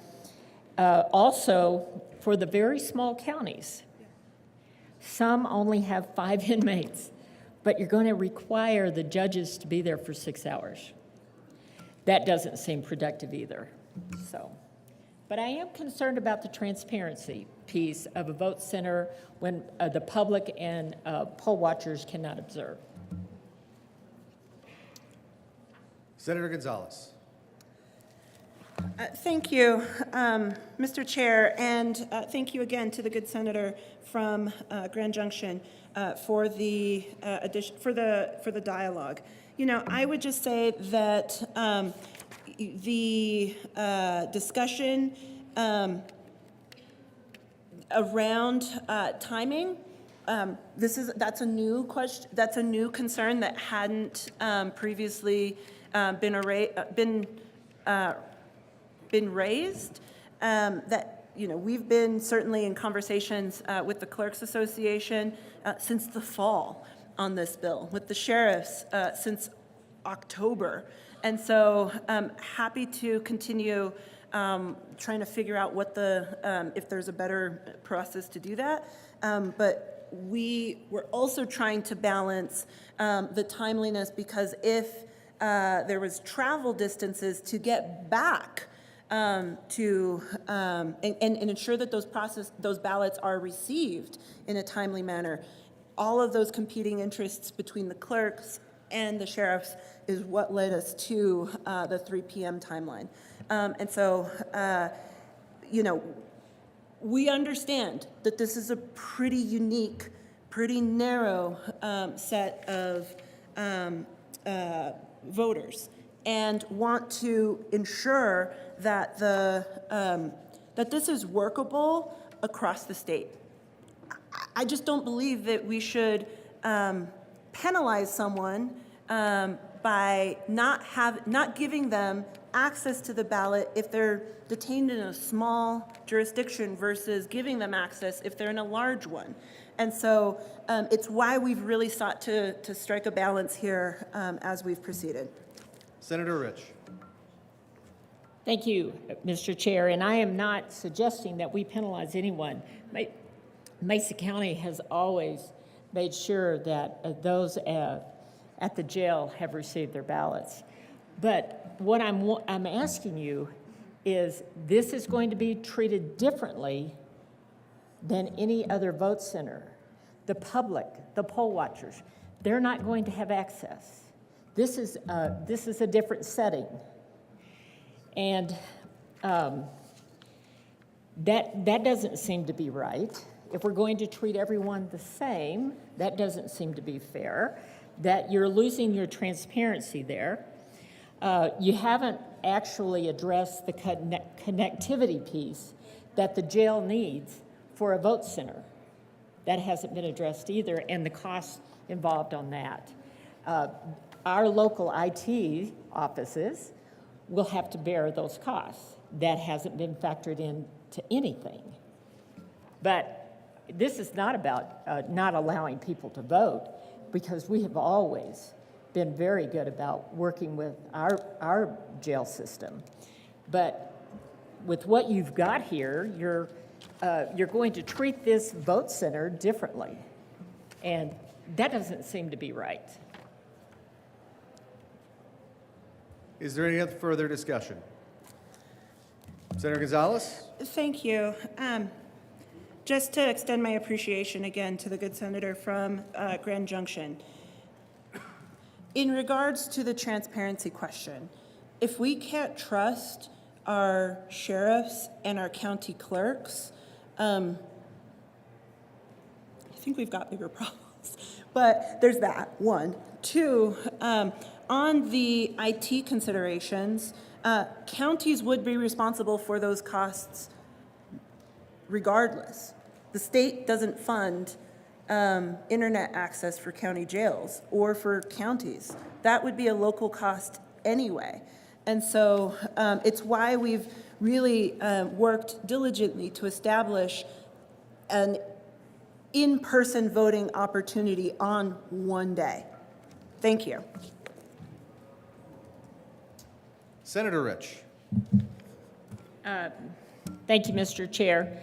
Well, now cost is a concern because vote centers have already been created in various locations. Putting an actual vote center in the sheriff's office is going to require more equipment and more election judges. So that is not something that the county just automatically pays for, and I don't know that you've factored that in. Is there any further discussion? Seeing none, the question before us is the adoption of Senate Bill 72. All those in favor say aye. Aye. Opposed, no. Ayes have it, and Senate Bill 72 is adopted. Will the clerk please read the title to Senate Bill 113? Senate Bill 113 by Senators Coleman and Exum Senators Coleman and Exum, concerning measures to make youth sports safer. Senator Coleman. Thank you, Mr. Chair. We move Senate Bill 113, the Appropriation Committee report, and the Education Committee report. To the Education Committee report. Thank you very much, Mr. Chair. In Education Committee, we did a strike below to remove educational institutions that already have background checks, comprehensive abuse prevention training for adults working with minors directly, and we ask for an aye vote. Is there any further discussion? Seeing none, the question before us is the adoption of the Education Committee report. All those in favor say aye. Aye. Opposed, no. Ayes have it. Education Committee report is adopted. To the Appropriations Committee report, Senator Coleman. Thank you, Mr. Chair. Appropriations Committee appropriately appropriated. We ask for an aye vote. How appropriate. Is there any further discussion? Seeing none, the question before us is the adoption of the Appropriations Committee report. All those in favor say aye. Aye. Opposed, no. Ayes have it. The Appropriations Committee report is adopted. There is an amendment at the desk. Will the clerk please read L004? L004, Senator amend the Coleman. education. Thank you very much, Mr. Chair. We move Senate L004 to Senate Bill 113. To the amendment. Thank you very much, Mr. Chair. This amendment makes it so that our bill is focused more on consumer notification. This is a deal we worked with on the Attorney General's office, as well as Colorado Municipal League. In future years, what we'd love to do is provide more regulation for these youth sports organizations to make sure that their coaches do go through background checks and do also do harassment training. But our goal in this is to initially get them in the mindset that they need to be able to do this work so that we can then further regulate in the future. We ask for aye vote on L004. Is there any further discussion? Seeing none, the question before us. In the future, Senators, if you would like to make a comment on a bill or an amendment, please be in the well for the discussion of that bill or amendment. Senator Baisley. Thank you, Mr. Chairman, and I particularly appreciate the exhortation to be in the well. Okay, we heard this bill in committee. The specific area that jumped out at us was this line, that there will be a list of prohibited conduct by parents, spectators, coaches, and athletes. But to control the parents and their behaviors seemed to go beyond the pale and not appropriate to have the state controlling the behavior of parents. When we work for them, they don't work for us. Thank you, Mr. Chairman. Any further discussion? Yes, Senator. On the amendment. Yes, we're on the amendment. You were in time for the bill. Is there further discussion of the amendment? Is there any discussion of the amendment or the bill when we get there? Seeing no further discussion of the amendment, the question before us is the adoption of L004. 4 is adopted to the bill. Senator Baisley. Thank you, Mr. Chairman. My apologies for, I was in conversation and did not realize we were at an amendment, and I apologize for that. So I'll just reiterate that I believe that the bill is an appropriate assertion of authority over citizens due to specifically this line in the bill that says a list of prohibited conduct by parents and spectators, coaches, and athletes. I don't believe that we ought to be, as a state, telling parents to whom we work how they ought to behave. They ought to be telling us how we behave, not the other way around. The other point, I've forgotten the other point, and I apologize for that. There is another point. I missed that. Senator Baisley, if it comes to you, I think there's more discussion. Senator Pelton. You're not looking to talk? Oh, great. Well, very intent listening. Seeing no further discussion of Senate Bill 113, the question before us is the... Senator Baisley, you're looking, nope, going back. Seeing no further discussion, the question before us is the adoption of Senate Bill 113. All those in favor say aye. Aye. Opposed, no. Ayes have it. Senate Bill 113 is adopted. Will the clerk please read the title to Senate Bill 121? Senate Bill 121 by Senator Pelton R., concerning the creation of a separate health facility license for critical access hospital. Senator Pelton. Thank you, Mr. Chair. I move Senate Bill 121, Health and Human Service Report and the Appropriations Report. To the Health and Human Services Report. Any discussion? Seeing none, the question before us is... Oh, Senator Pelton, go for it. I'll just explain right quick. In the Health and Human Service Report, we added rural emergency hospitals to the bill. Any further discussion? Seeing none, the question before us is the adoption of the Health and Human Services Committee report. All those in favor say aye. Opposed, no. The ayes has it, and that report is adopted. To the Appropriations Committee report, Senator Pelton. Thank you, Mr. Chair. And in the Appropriations Committee, we were having a little trouble with making the emergency rural hospital amendment that we put in Health and Human Services fit. So we took that back out and appropriated money in appropriations. Thank you very much for that explanation. Any further discussion of that committee report? Seeing none, question before us is the adoption of the Appropriations Committee report. All those in favor say aye. Aye. Opposed, no. The ayes has it. That report is adopted. To the bill, any further discussion? Senator Pelton. Thank you, Mr. Chair. This is a good bill for rural hospitals, the critical access designated rural hospitals. Right now in Colorado, they have to be registered as general hospitals. And so when it comes time for construction, they have to pay another fee. So this would make it to where they just can register as critical access hospitals and forego that fee when it comes time for a construction project. I also want to let the Senate know that Senator Roberts, the good senator from Avon or Frisco, is going to be added onto this bill between second and third. There was choral music playing like the angels were singing as you announced that Senator Roberts was joining you. Senator Roberts. Yes, of course. May the good Lord The bless good you. senator from Newcastle. Senator Roberts. Thank you, Mr. Chair. I wanted to thank the good senator from Cheyenne Wells for his work on this bill and look forward to joining him in this effort between second and third reading. But it is so important that we support our critical access hospitals, of course, but by allowing them to be designated as critical access by the state and not just the federal government, obviously increases efficiencies. They don't have to pay as many fees, and also hopefully opens them up to more support for their unique needs, serving people in rural Colorado, but also underserved communities in more metro areas. So would appreciate everybody's support for Senate Bill 121. Senator Will. Thank you, Mr. Chair. I just want to come up and say I really support this bill. I think there's 32 of those critical access hospitals in Colorado, and I have some of them, so I strongly support this bill. Is there any further discussion?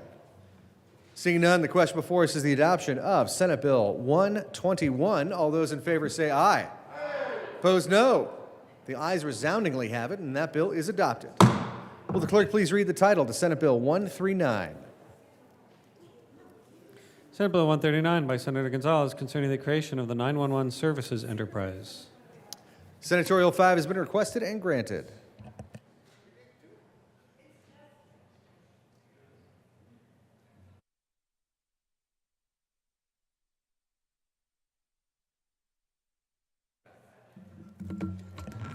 And we're back.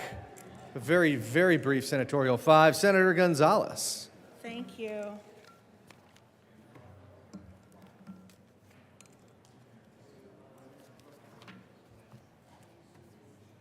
Thank you, Mr. Chair. I move Senate Bill 139 along with the Finance Committee report and the Appropriations Committee report. Is there any discussion of the Finance Committee report? Thank you, Mr. Chair. We made some amendments in the committee in order to clarify language, clean up some of the language, and I ask for an aye vote. Is there any further discussion? Seeing none, the question before us is the adoption of the Finance Committee report. All those in favor say aye. Aye. Opposed, no. The aye has it. That report is adopted. To the Appropriations Committee report, Senator Gonzalez. Thank you, Mr. Chair. We appropriated the funds necessary in order to implement the enterprise. Accurate description. Any further discussion? Seeing none, the question before us is the adoption of the Appropriations Committee report. All those in favor say aye. Aye. Opposed, no. The ayes have it, and the Appropriations Committee report is adopted. To the bill, Senator Gonzalez. Thank you, Mr. Chair. There is an amendment at the desk. Will the clerk please read L004? L004, amend printed bill, page Senator 711. Gonzalez. Thank you, Mr. Chair. L004?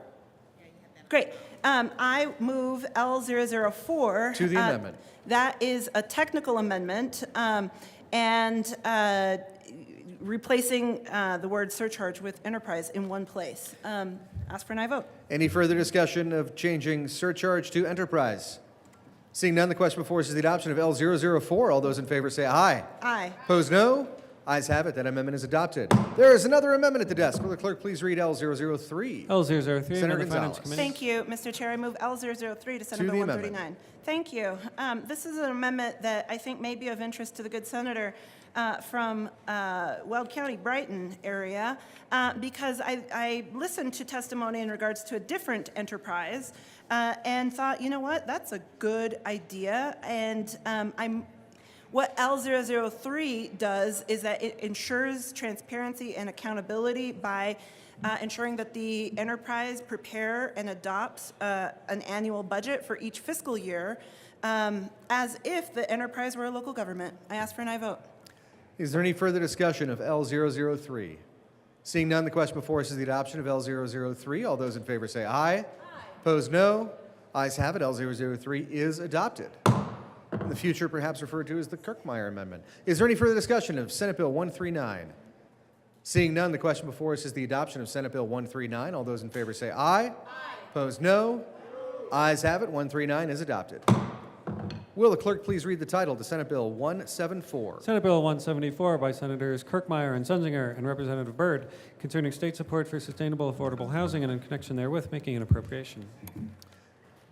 Senator Zenzinger. Thank you, Mr. Chair. I move Senate Bill 174 and the Local Government and Housing Report and the Appropriations Report. To the Local Gov report.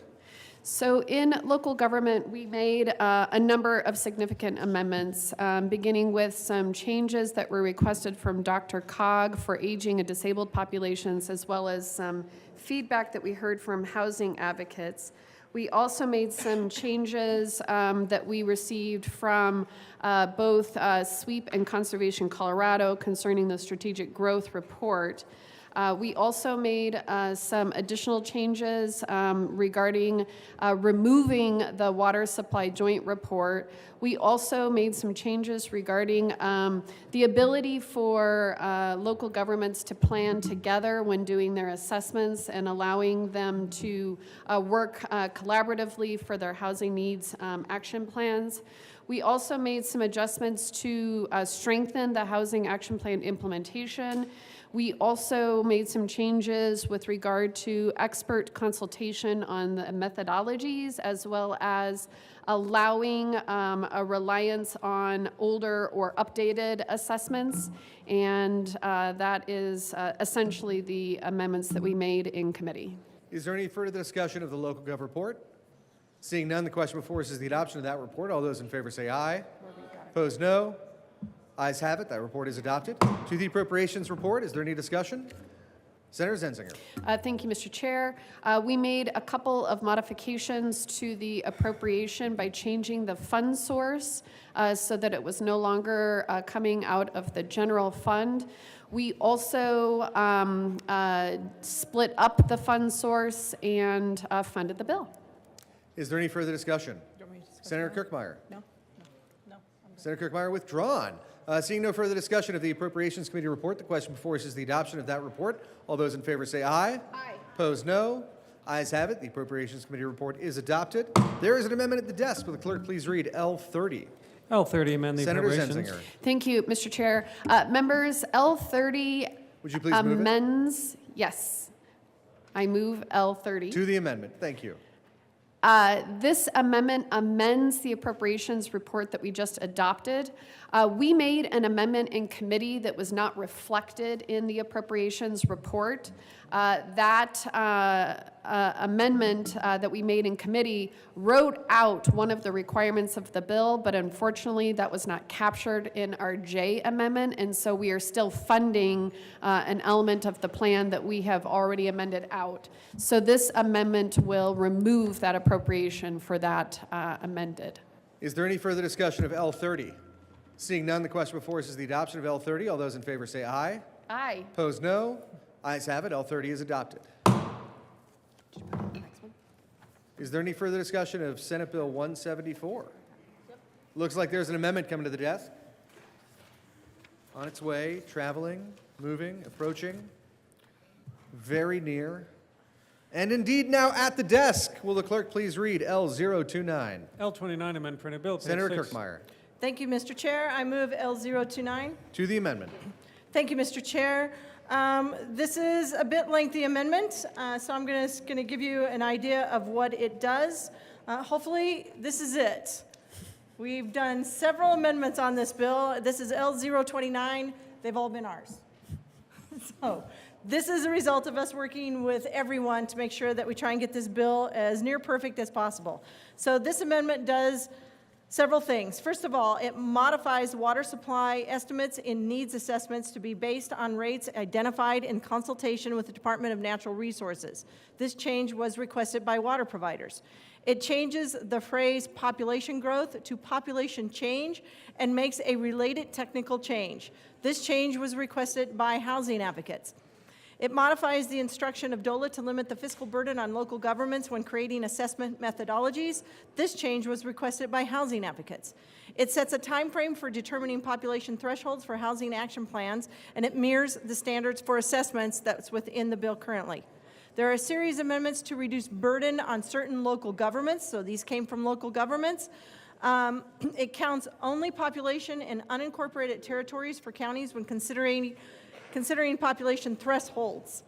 It exempts local governments with a negative population change of at least 1% in the last census from a housing needs assessment.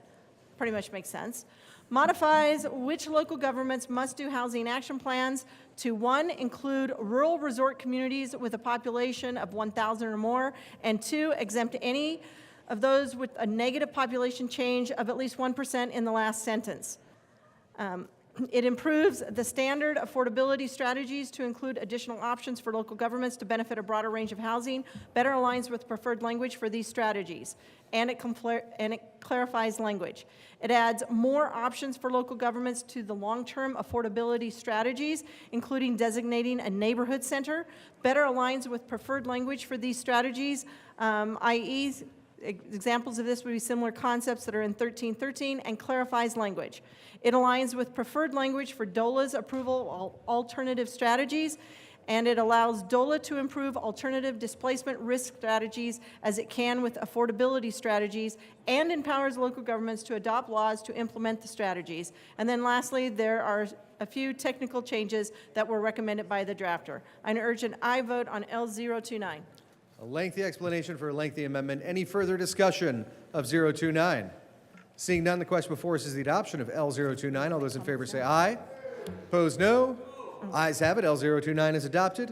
To the bill, Senator Kirkmeyer. Thank you, Mr. Chair. Appreciate that. I will be brief in my comments. It is a long bill. We had a long committee hearing.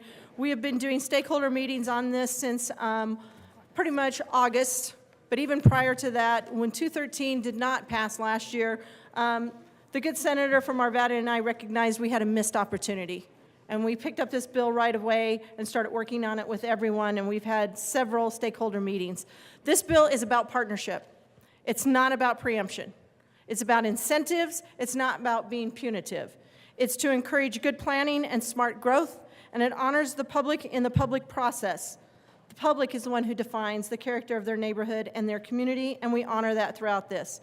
There's a lot more in this bill, but again, it's about incentives. We have worked with everybody. We were able to come out of committee unanimously. There were some questions there. Hopefully, the lengthy amendment that we put in place answered all those questions. I would urge an aye vote on Senate Bill 24-174. Senator Zenzinger.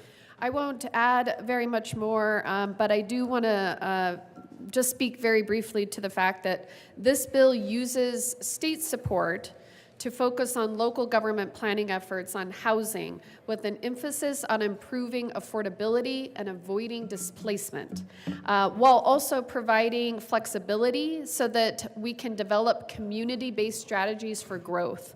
Local governments can already plan to accommodate growth responsibly and equitably, but we believe with state support, communities can reach their housing goals better and achieve them in a more efficient manner if we are helping them address their unique needs. We encourage an aye vote on this bill. Is there any further discussion? Seeing none, let me add, thank you for your work on this bill. I was extraordinarily disappointed last year when we lost this part of 213, and it is just incredibly impressive, and I'm so grateful for the work you've done. Seeing no further discussion, the question before us is the adoption of Senate Bill 174. All those in favor say aye. Aye. Opposed, no. Ayes have it, and Senate Bill 174 is adopted. Will the clerk please read the title to Senate Bill 143? Senate Bill 143 by Senators Coleman and Zenzinger and Representative Harrod, concerning credential assessment tools and in connection therewith integrating frameworks for non-degree credential evaluation and classification into state education and workforce systems, and aligning stackable credential pathways and apprenticeship programs with international classification standards. Senator Zenzinger. Thank you. I move Senate Bill 143 along with the education report and the appropriations report. To the education report. Any discussion? We made an amendment that clarifies that we're talking about actual registered apprenticeships. We also added some language for the community college system. We also added some language about industry associations and stakeholders that will be involved in the implementation and planning process. We also added some language around ensuring that the department will not have to do this work without the appropriate financial resources, and then we extended the time frame to ensure that the department has enough time to complete the work. Is there any further discussion? Seeing none, the question before us is the adoption of the Education Committee report. All those in favor say aye. Aye. Opposed, no. Ayes have it. That report is adopted. To the Appropriations Committee report, Senator Zenzinger. Thank you, Mr. Chair. In appropriations, we cut the fiscal note in half. We did that by extending the implementation timelines so that there are fewer people to do more work over a longer period of time, but we felt that that was what was necessary in order to meet the fiscal constraints of our budget this year. Speaking as Appropriations Chair, thank you. Any further discussion of the Appropriations Committee report? Seeing none, the question before us is the adoption of the report. All those in favor say aye. Aye. Opposed, no. Ayes have it. The Appropriations Committee report is adopted. There is an amendment at the desk. Will the clerk please read L003? L003, amendment to Senator page Coleman. 10. Thank you very much, Mr. Chair. We move L003. To the amendment. Thank you very much, Mr. Chair. It's a technical amendment. The drafter noticed that to make sure that the timeline of the bill was congruent, we had to make a change to delay the implementation of a part of the bill from January 1st, 2026 to January 1st, 2027. We ask for an aye vote. Any further discussion? Seeing none, the question before us is the adoption of L003. All those in favor say aye. Aye. Opposed, no. Ayes have it. L003 is adopted. To the bill, any discussion? Seeing none, the question before us. Thank you for being in the well, Senator Baisley. All right. Senator Baisley. Thank you, Mr. Chairman. Look at me on time in the well. Hey, I was a no vote in Education Committee on this for the specific reason that this, as it says right in the bill description, requires the Department of Higher Education to study and make recommendations about the adoption of the International Standard Classification of Education. That's the lowering of the bar, in my opinion. I don't think that the United States or any of the states ought to be adopting international standards, but rather we ought to set the standard. We've always been the leader in education internationally. We ought to set the standard and let the international community adopt to us, not the other way around. That's why I was a no vote. Thank you, Mr. Chairman. Thank you, Senator Baisley, for being in the well. Any further discussion? Seeing none, the question before us is the adoption of Senate Bill 143. All those in favor say aye. Aye. Opposed, no. Ayes have it, and Senate Bill 143 is adopted. Will the clerk please read the title to Senate Bill 167? Senate Bill 167 by Senators Janal and Smallwood concerning portable requirements for direct care healthcare workers in assisted living residences. Senator Smallwood. Thank you, Mr. Chair. We move Senate Bill 167 and the Health and Human Services Committee report and the Appropriations Committee report. To the Health and Human Services report. Thank you, Mr. Chair. We made a number of changes in the Health and Human Services Committee. As you'll see, the amendment was pretty substantial. We went through it in detail in the committee, more or less providing a lot of details around which tests would be portable, which ones wouldn't, and made other conforming amendments that the stakeholders had asked for. And we'd ask for an aye vote on the committee report. Seeing no further discussion, the question before us is the adoption of the committee report. All those in favor say aye. Aye. Opposed, no. Ayes have it. That committee report is adopted. To the Appropriations Committee report, any discussion? Senator Smallwood? Seeing none. Mr. Chair? Senator Smallwood. We appropriated funds for the bill. Thank you for that thorough explanation. Any further discussion of the Appropriations Committee report? Seeing none, the question before us is the adoption of the report. All those in favor say aye. Aye. Opposed, no. Ayes have it. That report is adopted. To the bill, Senator Janal. Thank you, Mr. Chair. Colorado ranks about 44th out of 100 skilled nursing facilities for turnover rates. That means direct care workers. We've done several bills for direct care workers. They do hard work. They work for our loved ones that can't help themselves, and they don't get anywhere near enough pay. With these high turnover rates, the professional shifting between facilities for new graduates entering the workforce, and other issues, it's challenging to ensure that adequate training and onboarding for new hires happens, and it doesn't cost the new hires an expensive amount of money. This bill proposes a reliable and a portable and standardized certificate of training, ensuring those with direct patient contact receive appropriate training. And it promotes uniformity, consistency, streamlines the onboarding process, ultimately benefiting facility residents. It gives executive directors confidence in hiring qualified, trained individuals, enhancing the quality of care residents deserve and pay for, while also raising professional standards and best practices in Colorado. This bill grants each executive director the discretion to accept a certificate of training from the direct care worker or require additional training. They can do either. This establishes a minimum requirement while allowing flexibility for additional training or competency exams. This approach benefits residents, it benefits facilities, and individuals, care workers in the long run. Our senior residents may be our parents, they may be our brothers, sisters, and they deserve the best care possible. This bill represents another step on ensuring that we prioritize the well-being of one of the most vulnerable populations that we care for, and to make sure that they get the best care we can give them in this part of their life. I would respectfully ask for a yes vote. Thank you, Senator Janal. There is an amendment at the desk. Would the clerk please read L005? L005, amend the Health Senator and Human Smallwood. Services. Thank you, Mr. Chair. We move Amendment 5. To the amendment. Amendment 5 is an amendment that was brought by the department, just wanting further clarification on the language related to each of the tests that we're talking about. We are simply adding the word portable in front of the name of each of the tests that are portable. The Senator from Fort Collins and I thought this was a little bit of a belt and suspenders approach, but if it makes folks happier to have that word included a bunch more times, we're happy to do so and would ask for your aye vote on Amendment 5. And I move Amendment 5 if I haven't already. For making folks happy. Any further discussion of L005? Seeing none, the question before us is belts and suspenders, the adoption of L005. All those in favor say aye. Aye. Opposed, no. Ayes have it. That amendment is adopted. Senator Smallwood. Thank you, Mr. Chair. I'll just add one thing because Senator from Fort Collins wouldn't do it herself. She deserves a tremendous amount of credit for the stakeholdering around this bill. She had a lot of conversations, not only with the interested stakeholders, but also with the department, exponentially more than I had.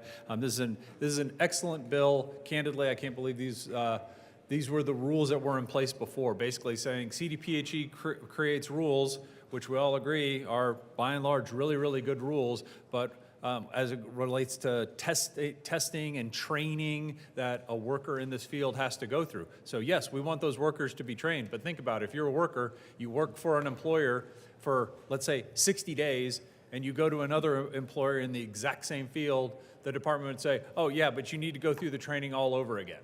So you go through the training all over again, and then you are there for 6 months and go to another employer and the department say, oh yeah, you got to go through that training all over again, right? Providing no portability whatsoever until Senate Bill 167, which simply says we're not changing what is trained, how it's trained. It's simply saying that a worker who, if they had stayed in the same job for 10 years, would never have to go through the training again, but someone who's looking to move forward in their career just by switching employment would have to go through all this redundant testing all over again, while at the same time threading the needle to where if the employer wants the worker to go through that training, they can. So I think it's a great compromise, a great bill, and again, my hat's off to the Senator from Fort Collins for doing all the heavy lifting on it. Would ask for your aye vote on Senate Bill 167. Senator Janal, thank you for carrying Senator Smallwood's water on this one. Any further discussion? Couldn't have said it better myself. Seeing none, the question before us is the adoption of Senate Bill 167. All those in favor say aye. Opposed, no. Ayes have it, and that bill is adopted. Will the clerk please read the title to Senate Bill 190? Senate Bill 190 by Senator Roberts and Representatives Lukens and McCluskey concerning economic measures related to coal transition communities and in connection therewith creating an income tax credit for qualified costs incurred in the use of certain freight rail lines, creating an income tax credit for qualified costs incurred in the maintenance, operation, and improvement of certain rail lines, expanding the Rural Opportunity Office's duties in relation to coal transition communities, allowing coal transition communities to qualify as enterprise zones and enhance rural enterprise zones, restricting the length of contracts that allow use of the Moffett Tunnel, and restricting the ability to purchase real property interest in the Moffett Tunnel Improvement District. Senator Roberts, do you win longest bill title of the session? Ooh, I hope not. I think it's close. Senator Roberts. Thank you, Mr. Chair. I move Senate Bill 190, the Finance Committee report, and the Appropriations Committee report. To the Finance Committee report. In the Finance Committee, we made an amendment that would allow the tax credit to shift from, or there are two tax credits in the bill, so it would allow funds from one to shift to the other if one is being used more than the other, and also some definition changes regarding coal transition communities. I'd ask for an aye vote. Any further discussion of the Finance Committee report? Seeing none, question before us is the adoption of that report. All those in favor say aye. Aye. Opposed, no. Ayes have it. That report is adopted. To the Appropriations report, any discussion? Seeing none, the question before us is the adoption of the Appropriations Committee report. All those in favor say aye. Aye. Opposed, no. Ayes have it. That report is adopted. There is an amendment at the desk. Will the clerk please read L008? L8, amend Senator printed bill, page Roberts. 6. Thank you, Mr. Chair. I move L008. To the amendment. This amendment adds in that the department will consult with a variety of organizations, and we're adding an employee organization to that list. Ask for an aye vote. Is there any further discussion? Seeing none, the question before us is the adoption of L008. All those in favor say aye. Aye. Opposed, no. Ayes have it. L008 is adopted. To the bill. Oh, nope. There is another amendment at the desk. Will the clerk please read L009? L9, amend printed Senator bill. Roberts. Thank you, Mr. Chair. I move L009. To the amendment. Thank you. This amendment is about the purpose of the tax credit. Right now in the bill, it says it's for the purpose of recruiting business to the area. We're also adding in with this amendment that it can also be for expansion of existing businesses. I would ask for an aye vote. Is there any further discussion of L009? Seeing none, the question before us is the adoption of L9. All those in favor say aye. Aye. All those opposed? Ayes have it. L9 is adopted. To the bill. Senator Roberts. Thank you, Mr. Chair. Colleagues, I'm very excited to present Senate Bill 190 today. This bill is a win-win proposal. It's a win for the conversations we've had over the last few days and this whole session about the passenger rail. This is specifically on the Mountain Rail line, which is a very realistic possibility given that the infrastructure already exists. There already is transport of freight and some passengers on that line, and this bill would help make that a reality, getting the passengers all the way from the Front Range to northwest Colorado, including Steamboat, Hayden, and Craig. But it's also a win for the communities that I'm very proud to represent that are going through a transition away from coal-fired power production, most specifically Hayden and Craig and Moffett County and West Route County. This bill proposes two different tax credits that those regions will be able to take advantage of to attract new large-scale employers to the region who use the existing rail line to transport their freight. The only way to make passenger rail successful is to continue to have a very healthy freight business on the Mountain Line. And what we're trying to do is ensure that that freight traffic, which is coal right now, continues well into the future with transporting other materials by locating businesses in Northwest Colorado that will, of course, employ people who live in Northwest Colorado and want to continue living in the beautiful and wonderful communities that are there. So this is a true win-win proposal. It's a pro-economic development bill for the region, for the state. It will help us accomplish many of our goals of a true just transition in those communities, as well as meet our statewide goals for expanding access to passenger rail in our state. So with that, I would appreciate an aye vote on Senate Bill 190. I have ridden that train between Denver and Glenwood Springs, and I think it's some of the most beautiful rail line in the world. So thank you. Senator Van Winkle. Thank you, Mr. Chairman. And I actually just wanted to, well, I've got more, but to begin, I wanted to ask what L008 did. It passed so quickly that I didn't have a chance to read it myself, and I might actually have the same exact amendment. But what does L008 do? I did call for further discussion, just as a note. Senator Roberts. Thank you, Mr. Chair, and I appreciate the question from the good senator from Highlands Ranch. So the L008 refers to page 6, which is an expansion that we're doing to the Rural Opportunity Office. So this bill actually doesn't only serve Northwest Colorado and the communities there, but any community that could be served by the Rural Opportunity Office. We're expanding their authority and their ability to work with different rural communities on economic development. And in that paragraph in the existing bill, it says they need to consult with a variety of entities like county commissioners, chambers of commerce, economic development organizations. We're just adding in one more group or entity, I guess, which is an employee organization that represents rail workers. So we want to make sure that they're included given the focus on rail in the bill. Senator Van Winkle. Thank you, Mr. Chairman. In the amendment I had drafted, what it does is it covers all Tier 1 and also it expands it to Tier 2 transition communities. Tier 2 transition communities are Delta, it's Gunnison, El Paso County, La Plata County, and Larimer County. I didn't think they were included in the original bill, so under the amendment that was just adopted, would those Tier 2 communities be essentially included? Or perhaps my amendment may be worth further discussion. Senator Roberts. Thank you, Mr. Chair. I may need to look at the amendment. So the amendment that I offered and was adopted is about the Rural Opportunity Office, which will include all communities that are covered by the Rural Opportunity Office. If you're talking about expanding the tax credit to Tier 2, that's probably a different amendment. Senator Van Winkle. Okay, well, thank you, Mr. Chairman, and I sure do appreciate the explanation, which I suppose brings me to a good time to offer an amendment, which I will do right now. There is an amendment at the desk. Will the clerk please read L005? L5, amend the Finance Committee report dated April 9, 2024. Senator Van Winkle.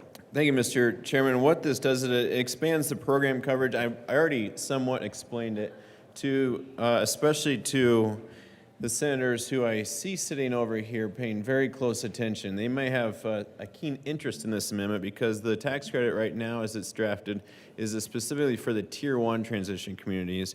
And those include, of course, some very important communities. Well, they're Tier 1, so of course they are perhaps the heaviest hit. But what it doesn't include is the counties in the Tier 2 system, which is Delta County, Gunnison County, El Paso County, La Plata County, and Larimer County. So what the amendment does is it adds, on the end of it, it says, and also, well, not also, and a Tier 2 transition community as defined, and it's already previously defined, and that would bring in Delta, Gunnison, El Paso, La Plata, and Larimer County into the bill. So I ask for a yes vote. Is there any discussion? Senator Van Winkle, would you please move L005? Mr. Chairman, that is great advice, and I sure do appreciate it. Mr. Chairman, I move L005, which has been thoroughly explained. Thank you, Senator Van Winkle. Senator Roberts. Thank you, Mr. Chair. I really appreciate where this amendment is coming from, and I understand the intention. The purpose of Senate Bill 190 and the tax credits being created are specifically for helping the rail line that exists in these Tier 1 communities transition as they lose coal freight business to a new type of freight business. The economic model and the freight in the Tier 2, or if it does exist and it doesn't exist in all of the Tier 2 communities, is different. And so we need, in order to attract these large-scale employers to Northwest Colorado, we need the tax credits to be as concentrated as possible. I'm willing to continue conversations about this, but not having a chance to check with the impacted agency that would be offering the credit, I can't. I do have to ask for a no vote on this, but I'm totally open to the conversations continuing. Is there any further discussion? Seeing none, the question before us is the adoption of L005. All those in favor say aye. Opposed, no. The noes have it, and L005 is lost. Senator Van Winkle. Thank you, Mr. Chairman. And as this bill comes to us, it actually builds upon several bills that have come before us and several tax credit and transition community funding opportunities. The whole goal of the bill largely, there's the rail and there's the coal, there's a freight aspect to it, but from an even higher perspective than that, it's that these communities are going through a very difficult transition and that some assistance should be granted to them. And I looked back at what assistance has been given to these communities before because it feels like this is a bill that comes up almost every year. And every year we put general fund money, every year we put dollars and cents and taxpayer dollars into programs that are designed to help the communities. And it seems like a lot of the feedback we're getting from the folks that are living and working in these communities is that they're not seeing it. So I looked back at what this bill essentially builds upon. And I think the biggest one of all is really the Office of Just Transition, which was created, it's been more than 5 years ago now that the Office of Just Transition was created. It was in 2019. And the Office of Just Transition 5 years ago was given $32.5 million, and that was general fund. It was split between almost half and half, not quite, but close to half and half, into economic development for those communities and into worker support. As in, a worker was in the industry and that worker no longer has a job, or they're worried their job is leaving, so they want to get, go to a community college. You want to transition out of that into, at the time it was, we thought the solar fields of Colorado would just be booming, and that a lot of the former workers could go into either solar or wind or something like that, but they would require assistance from the broad taxpayers of Colorado. So $32.5 million was given 5 years ago to that office. And what we've discovered now is that most of that money is not being spent. Most of that money from 5 years ago is still sitting there, which is why we had to pass a bill this year, House Bill 24-1410, which extends all those deadlines, because all that money that was given to the office 5 years ago to help transition the communities, to help provide economic development, and it was in the two different buckets, a lot of that isn't being spent. So we brought a bill this year, House Bill 1410 will be before us, and it extends all those deadlines so that money can eventually be spent. And then, that's not the only bill. In 2021, House Bill 21-1288, that put, the first bill was $32.5 million. This one was $31.3 million general fund, plus it had another $10 million in cash funds. And it's the revolving loan program. Now, a lot of that money still hasn't been used, and it was marketed slightly, but perhaps we need to look at marketing that more so that people in these communities can take advantage of that startup program. And there's, of course, the Advanced Industries Tax Credit. That was many years ago, and it was refunded even just a couple years ago with more money, but it's not getting to these communities, or at least that's what we've heard from the folks in the communities. Then there's the Colorado Job Growth Tax Incentive Tax Credit, and that is incentives designed to support, to bring companies in specifically into transition areas. So we're trying to bring new companies. That's, again, economic development, and that's, again, more money, more tax credits. There's the strategic job, and Mr. Chairman, I won't go on and on, but essentially there's a Rural Jumpstart Program. The Rural Jumpstart Program is millions of dollars, again, going into, supposed to be going into Montrose, Rio Blanco, Routt counties, Montezuma, all these counties. The Strategic Fund Job Growth Incentives, which is supposed to be going into all these counties as well. And this money, it just isn't getting there. So we're trying to come about this a different way. We're trying to, and the bill sponsor, to his credit, is working diligently and very hard for his very unique district.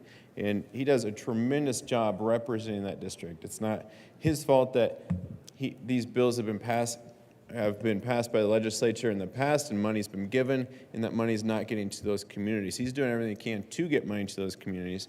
I just have issue, and perhaps because I don't represent those communities, I represent Douglas County, and I look at it as my taxpayers keep putting a lot of money into these tax programs and these incentives and these economic developments into the Office of OEdit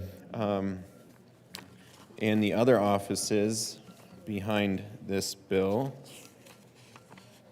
Well, Department of Transportation, that's different than the bills before. But essentially, OEdit's taking an awful lot of money from the people of Colorado, and what we're hearing is just, it's not making the impact that it should. So we are faced with the bill that is before us today. I was a no vote in committee. I think I was probably the only one. And it was based on a couple things. One was we had a discussion about whether the tax credit should be refundable or not refundable. And I actually do have an amendment on that so that we could have that same discussion here today before us. And so Mr. Chairman, I will present an amendment to the desk. There's an amendment at the desk. Will the clerk please read L? Oh, sorry. Thank you. L004. L4, amend printed bill, page 17, line 5. Senator striking Van from- Winkle. Thank you, Mr. Chairman. And L004, what it does is it would change it from a refundable tax credit to a not refundable tax credit. And that, I do believe, is very important, because if you look at what a refundable tax credit does, let me find my very specific notes on this topic.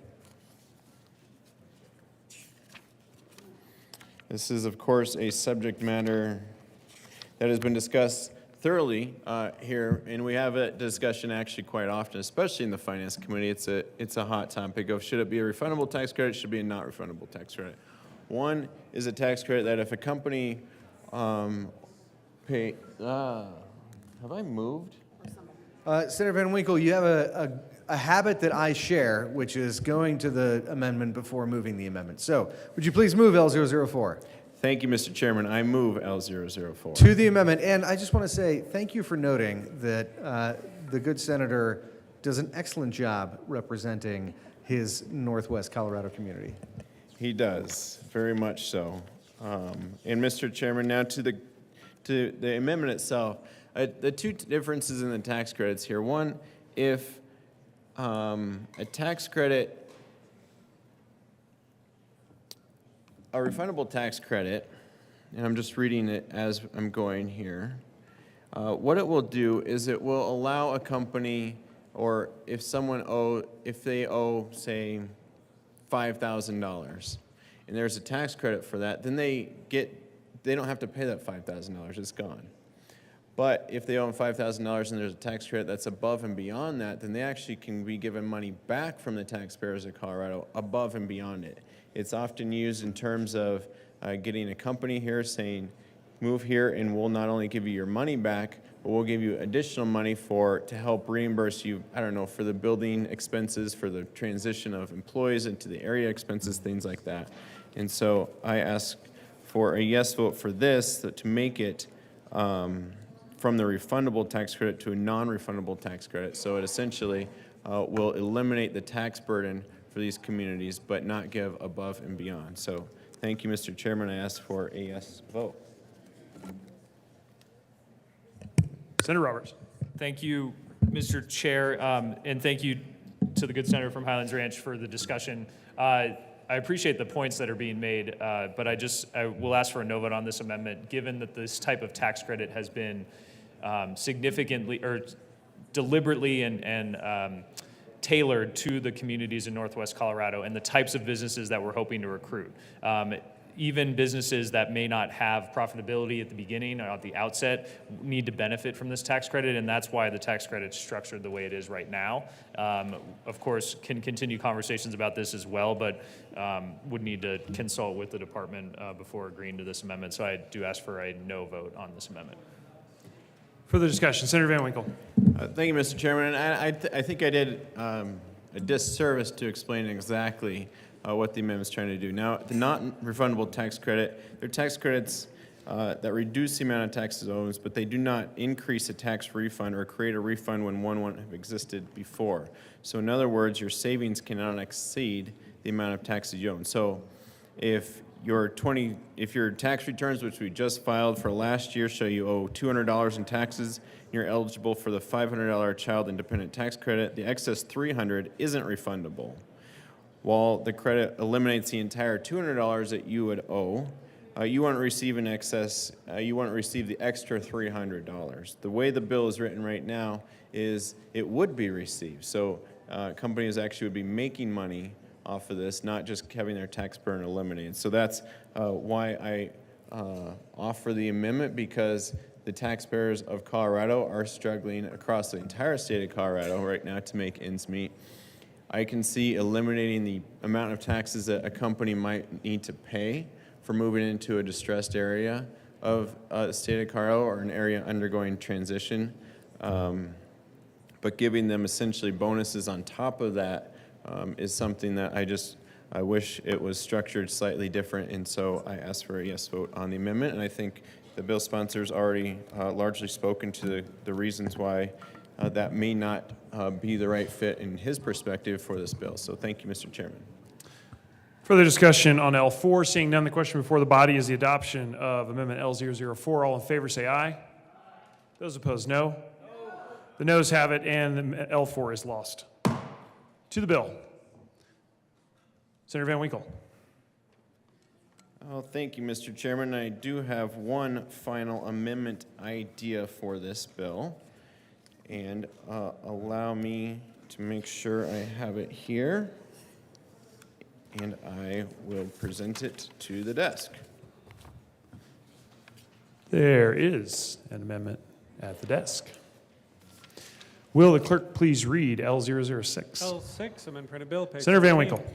Thank you, Mr. Chairman. And if you remember my opening remarks, what I was commenting on is the amount of programs, the amount of money, the amount of general fund that is out there already to help these communities. And it's just not getting to the communities in the way that I think the bill sponsors in the General Assembly and the governor who signed the bills into law first envisioned when they were passed 5, 6, 7, 8, 9 years ago.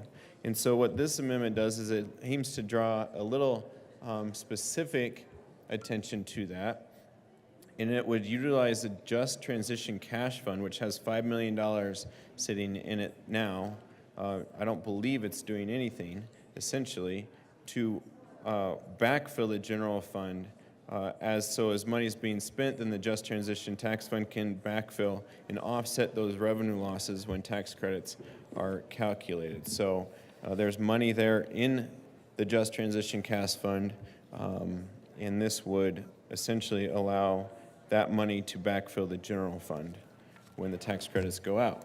So I ask for a yes vote. Further discussion, Senator Roberts.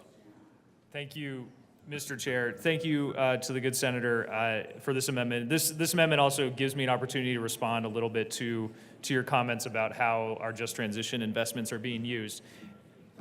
While I appreciate the stewardship of taxpayer dollars and the concern that this money is being spent, there's a misconception out there that the Just Transition Office isn't dispersing money or that communities aren't taking advantage. That is just factually incorrect. I'm very proud of the communities that I represent that are taking advantage of the opportunities from the Just Transition Office and from other state agencies to help spur economic development. We heard testimony in committee last week from the town manager of Hayden, who said they received over $1 million grant from the Just Transition Office a few years ago, that just yesterday, yes, April 17th, the town of Hayden held a groundbreaking for their brand new business park near the airport that will create over the next 2 years, he said, 120 jobs.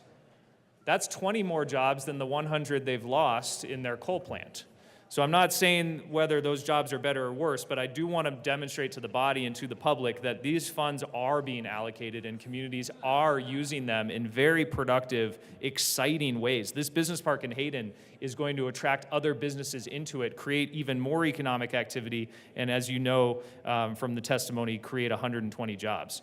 The town of Craig, City of Craig, has received several Just Transition grants, one to advance a energy project that will replace some of the coal energy jobs with pumped hydrogen jobs, one that is creating a new water feature in town that's going to attract outdoor recreation and potentially other businesses in the community. So I do agree we could be getting some of the money out faster.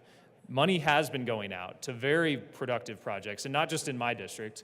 Down in the Southwest, the good senator from Alamosa represents, in Pueblo, and a variety of other places of the state. And also the reason that's not all of it is being spent is because we don't want to spend it right now. Most of the coal plants, at least in my district, haven't closed yet.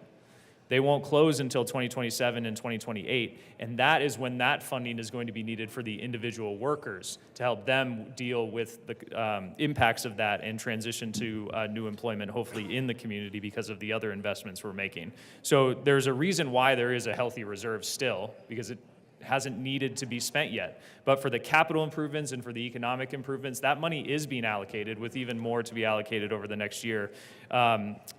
I'm happy to continue conversations if people are interested in what has been allocated, what's planned to be allocated. There is a Just Transition Advisory Committee on which I'm the Senate representative and can get any member of this body information about what we're doing. But I just wanted to sort of respond and ask for a no vote on L006 with what we actually are doing with this money. It is exciting. Could it be more? Of course. But there is really exciting things being done by these communities taking advantage of Just Transition funds. Senator Sullivan. Thank you, Mr. Chair, and I agree with the good senator from, where are you from? Summit County, Frisco, that I'm a no on this amendment. I was on the Just Transition Committee before, when I was on the House side, and absolutely, there were all of the communities that were dealing with all of this were in different levels of participation in it, and where they were going and what they were foreseeing moving forward. There were still help wanted signs out in front of mines. They were still looking for employees in some of these cities. They were, trying to bring people in because they were still needing miners. Whereas other places were already looking to make, business parks and turning people into baristas and, renting out their homes and all of those kinds of things. That was happening on different degrees, so the money needed to wait until these places got ready. And now as they get ready, we need to make sure that they have the money that they were promised and that we've been working on. So we need to keep moving forward with this, and I think this is a good way to do it with the bill, and think stopping anything now, so I would be a no on the amendment. Further discussion on L6. Senator Van Winkle. Thank you, Mr. Chairman. And I just want to reemphasize the fact that perhaps it hasn't actually been emphasized enough already, but it's the policies of this General Assembly, it's the policies of this governor's office that is essentially killing these communities. When we talk about these communities are suffering, it is because of the policies that this building has implemented and forced upon these communities. So when we talk about coal jobs going away in the state of Colorado, it's not because there's not coal, and it's not because there's not demand for coal. It's because the policies of this building that are shutting down. So from the perspective of someone who represents these districts, of course, there's going to be tremendous support for the $30 million in 2019, for the $40 million in 2021, for the millions of dollars in 2014, 2019, and on in 2016.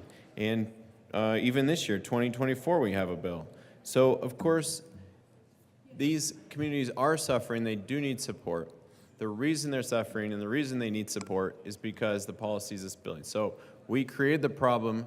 We're attempting to fix the problem. And it's the general fund, it's the taxpayers of Colorado that continue to put money into these accounts. This, it's not looking for reimburse the $40 million. It's not looking to reimburse the $32.5 million from years past. It's looking for the $5 million of new money to at least get the general fund reimbursed in the future. So I'll ask for a yes vote on that amendment and probably conclude my remarks shortly thereafter. Further discussion on L6. Seeing none, the question for the body is the adoption of L006. All in favor say aye.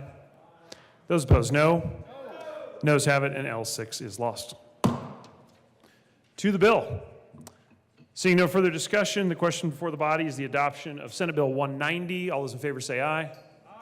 Those opposed, no. Senate Bill 190 is adopted. Assistant Majority Leader Winter. Thank you, Mr. Chair. I move that the committee rise and report. Motion before the committee is to rise and report. All those in favor say aye. Those opposed, no. Ayes have it, and the committee will rise and report.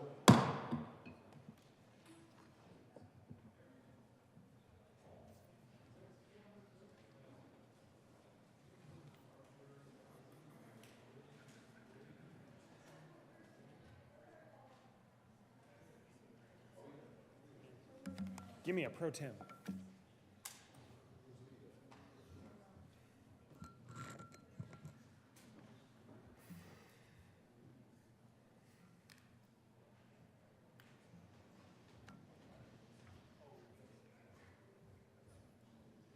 Robert, you good? Senate will come to order. Senator Hansen. Thank you, Mr. President. The committee has met and had a number of bills under consideration. Will the clerk please read the report? April 18, 2024. Mr. President, your committee of the whole begs leave to report. It has had under consideration the following attached bills, being the second reading thereof, and makes the following recommendations thereon. Senate Bill 72 is amended. Senate Bill 113 is amended. Senate Bill 121 is amended. Senate Bill 139 is amended. Senate Bill 174 is amended. Senate Bill 143 is amended. Senate Bill 167 is amended. Senate Bill 190 is amended. Passed on second reading and ordered engrossed and placed on the calendar for third reading and final passage. House Bill 1021 is amended. Passed on second reading and ordered revised and placed on the calendar for third reading and final passage. House Bill 1057 laid over until April 19, 2024, and retaining its place on the calendar. Senator Hansen. Thank you, Mr. President. I move for the adoption of the report. The motion is the adoption of the Committee of the Whole report. Are there any no votes? With a vote of 35 ayes, 0 no, 0 absent, 0 excused, the Committee of the Whole report is adopted. Senate Bill 72 is amended. Senate Bill 113 is amended. 121 is amended. 139 is amended. 174 is amended. 143 is amended. 167 is amended. 190 is amended. Passed in second reading, order engrossed and placed on the calendar for third reading and final passage. House Bill 1021, as amended, passed in second reading, order revised and placed on the calendar for third reading and final passage. House Bill 1057, laid over until April 19th and retained its place on the calendar.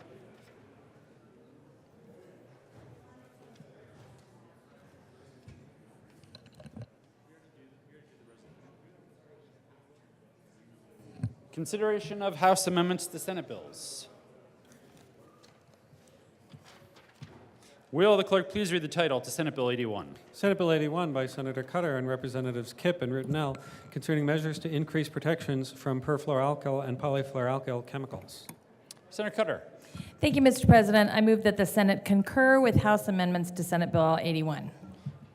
Is there any discussion? Senator Cutter. So what the House did, they added back, there's been, as we shared during the original bill testimony, there's been some horribly high levels of PFAS in our water supply, and cleaning products are a large part of that. So they added back in, working with the water folks, and got all stakeholders good with it, and worked to add cleaning products back in. We gave a longer timeline for floor products in hospital settings, and added a definition of auto cleaning products to clarify we're not actually talking about auto repair parts. So I would urge an aye vote. Is there any further discussion? The motion is that the Senate concur with House amendments to Senate Bill 81. Are there any no votes? Senators Van Winkle, Will, Baisley, Pelton B, Pelton R, Simpson, Smallwood, Gardner.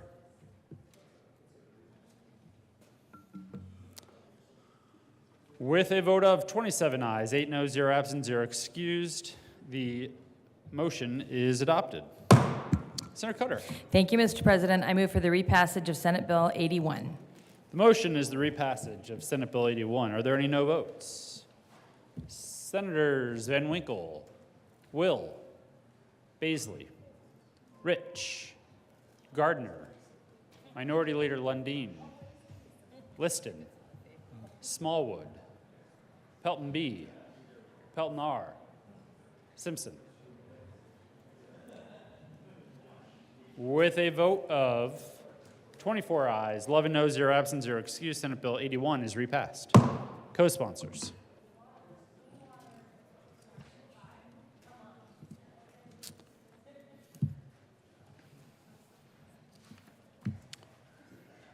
You're on it. If you're already on it, you're already on it.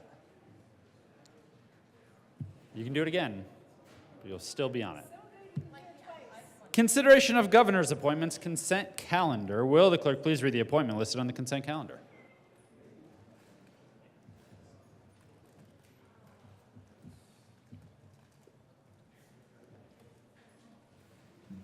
Member of the Electric Transmission Authority for a term expiring February 18, 2028, Chris Caskey of Paonia, Colorado, to serve as a representative of the interests of electric utility customers residing west of the Continental Divide, reappointed. Senator Winter. Thank you, Mr. President. I move for the confirmation of the appointment listed on the consent calendar, which includes Chris Caskey of Paonia, Colorado. Is there any discussion? Seeing none, the motion is the confirmation of the appointment on the consent calendar. Are there any no votes?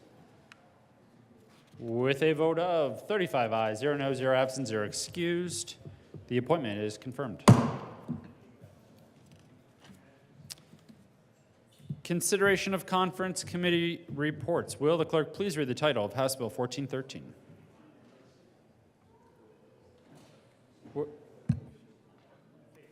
House Bill 1413 by Representatives Byrd and Taggart and Senators Kirkmeyer and Bridges concerning transfers from funds that include severance tax revenue and in connection therewith, making an appropriation. Senator Winter. Thank you, Mr. President. I move that we lay over the consideration of conference committee reports for 1413 until tomorrow, April 19th. The motion is to lay over consideration of conference committee reports, including House Bill 1413, until tomorrow. All those in favor say aye. Opposed, no? The ayes have it. And House Bill 1413 will be laid over until tomorrow. Message from the House. April 18, 2024, the House has adopted and returns herewith Senate Joint Memorial 3.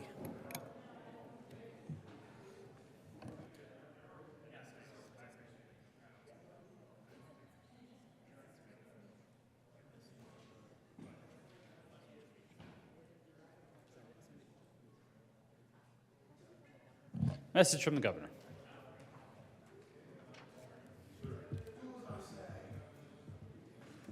April 15, 2024, dear Senators, on behalf of the Board of Regents of the University of Colorado, I'm pleased to forward you the following appointments. Members of the University of Colorado Hospital Authority Board of Directors, Patricia Gates from the 8th Congressional District for a term effective March 8, 2023 and continuing until March 7, 2027, or until a successor is appointed by the Board of Regents, appointed. Richard L. Montfort from the 4th Congressional District for a term effective May 28, 2023 and continuing until May 27, 2027, or until a successor is appointed by the Board of Regents, reappointed. Elizabeth Libby Chambers from the 2nd Congressional District for a term effective November 7, 2023 and continuing until November 6, 2027, or until a successor is appointed by the Board of Regents, reappointed. Emily Robinson from the 76th Congressional District for a term effective November 7, 2023 and continuing until November 6, 2027, or until a successor is appointed by the Board of Regents, appointed. The Board of Regents approved the appointments for Patricia Gates and Richard L. Montfort at the June 22, 2023 regular board meeting and approved the appointments for Elizabeth Chambers and Emily Robinson at the November 7, 2023 regular board meeting.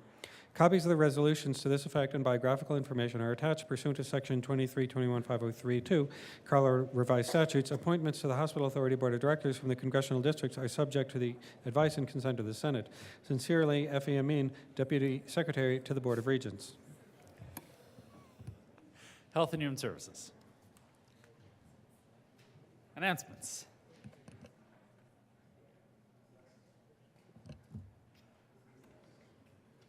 Senator Mullica. Thank you, Mr. President. Members, Senate Finance Committee will be meeting upon adjournment, 15 minutes upon adjournment to be hearing two bills, one for action only. So we will see you in room 357, 15 minutes upon adjournment. Senator Fields. Thank you, Mr. President. Colleagues, members of the Senate Health and Human Services Committee, we will be meeting at 1:30, and we have 5 bills for consideration. Senator Exum. Thank you, Mr. President. Senate Local Government Housing Committee will be meeting 15 minutes upon adjournment to hear House Bill 1233 and House Bill 1383 in room 352. Thank you.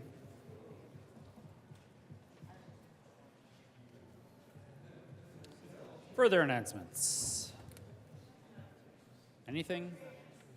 Anyone? Senator Bridges? We need to read some bills. Want to take a 5? We just need a few minutes. Senator Danielson. Yeah. Thank you, Mr. President. The Senate Business, Labor, and Technology Committee will meet in about 15 minutes at the Old Supreme Court chambers with the bills listed on the calendar. Thank you.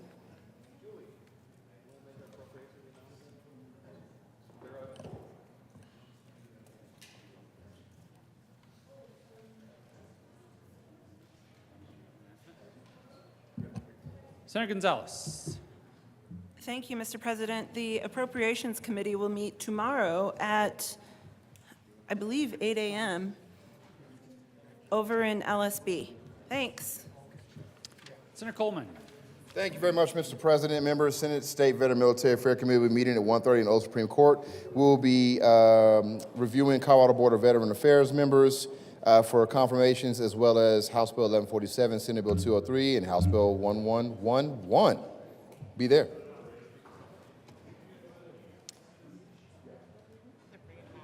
You want me to just recess for 15 minutes?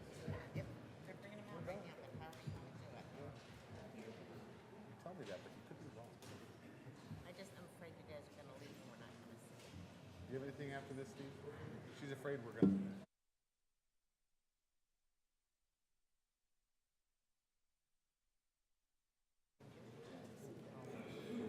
Senator Coleman. Thank you very much, Mr. President. Clarification. SVMA Committee will be meeting upon adjournment of BLT. It's out of order.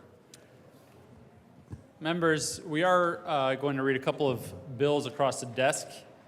You can leave if you'd like. I'm going to recess for 5 minutes. You don't have to go home.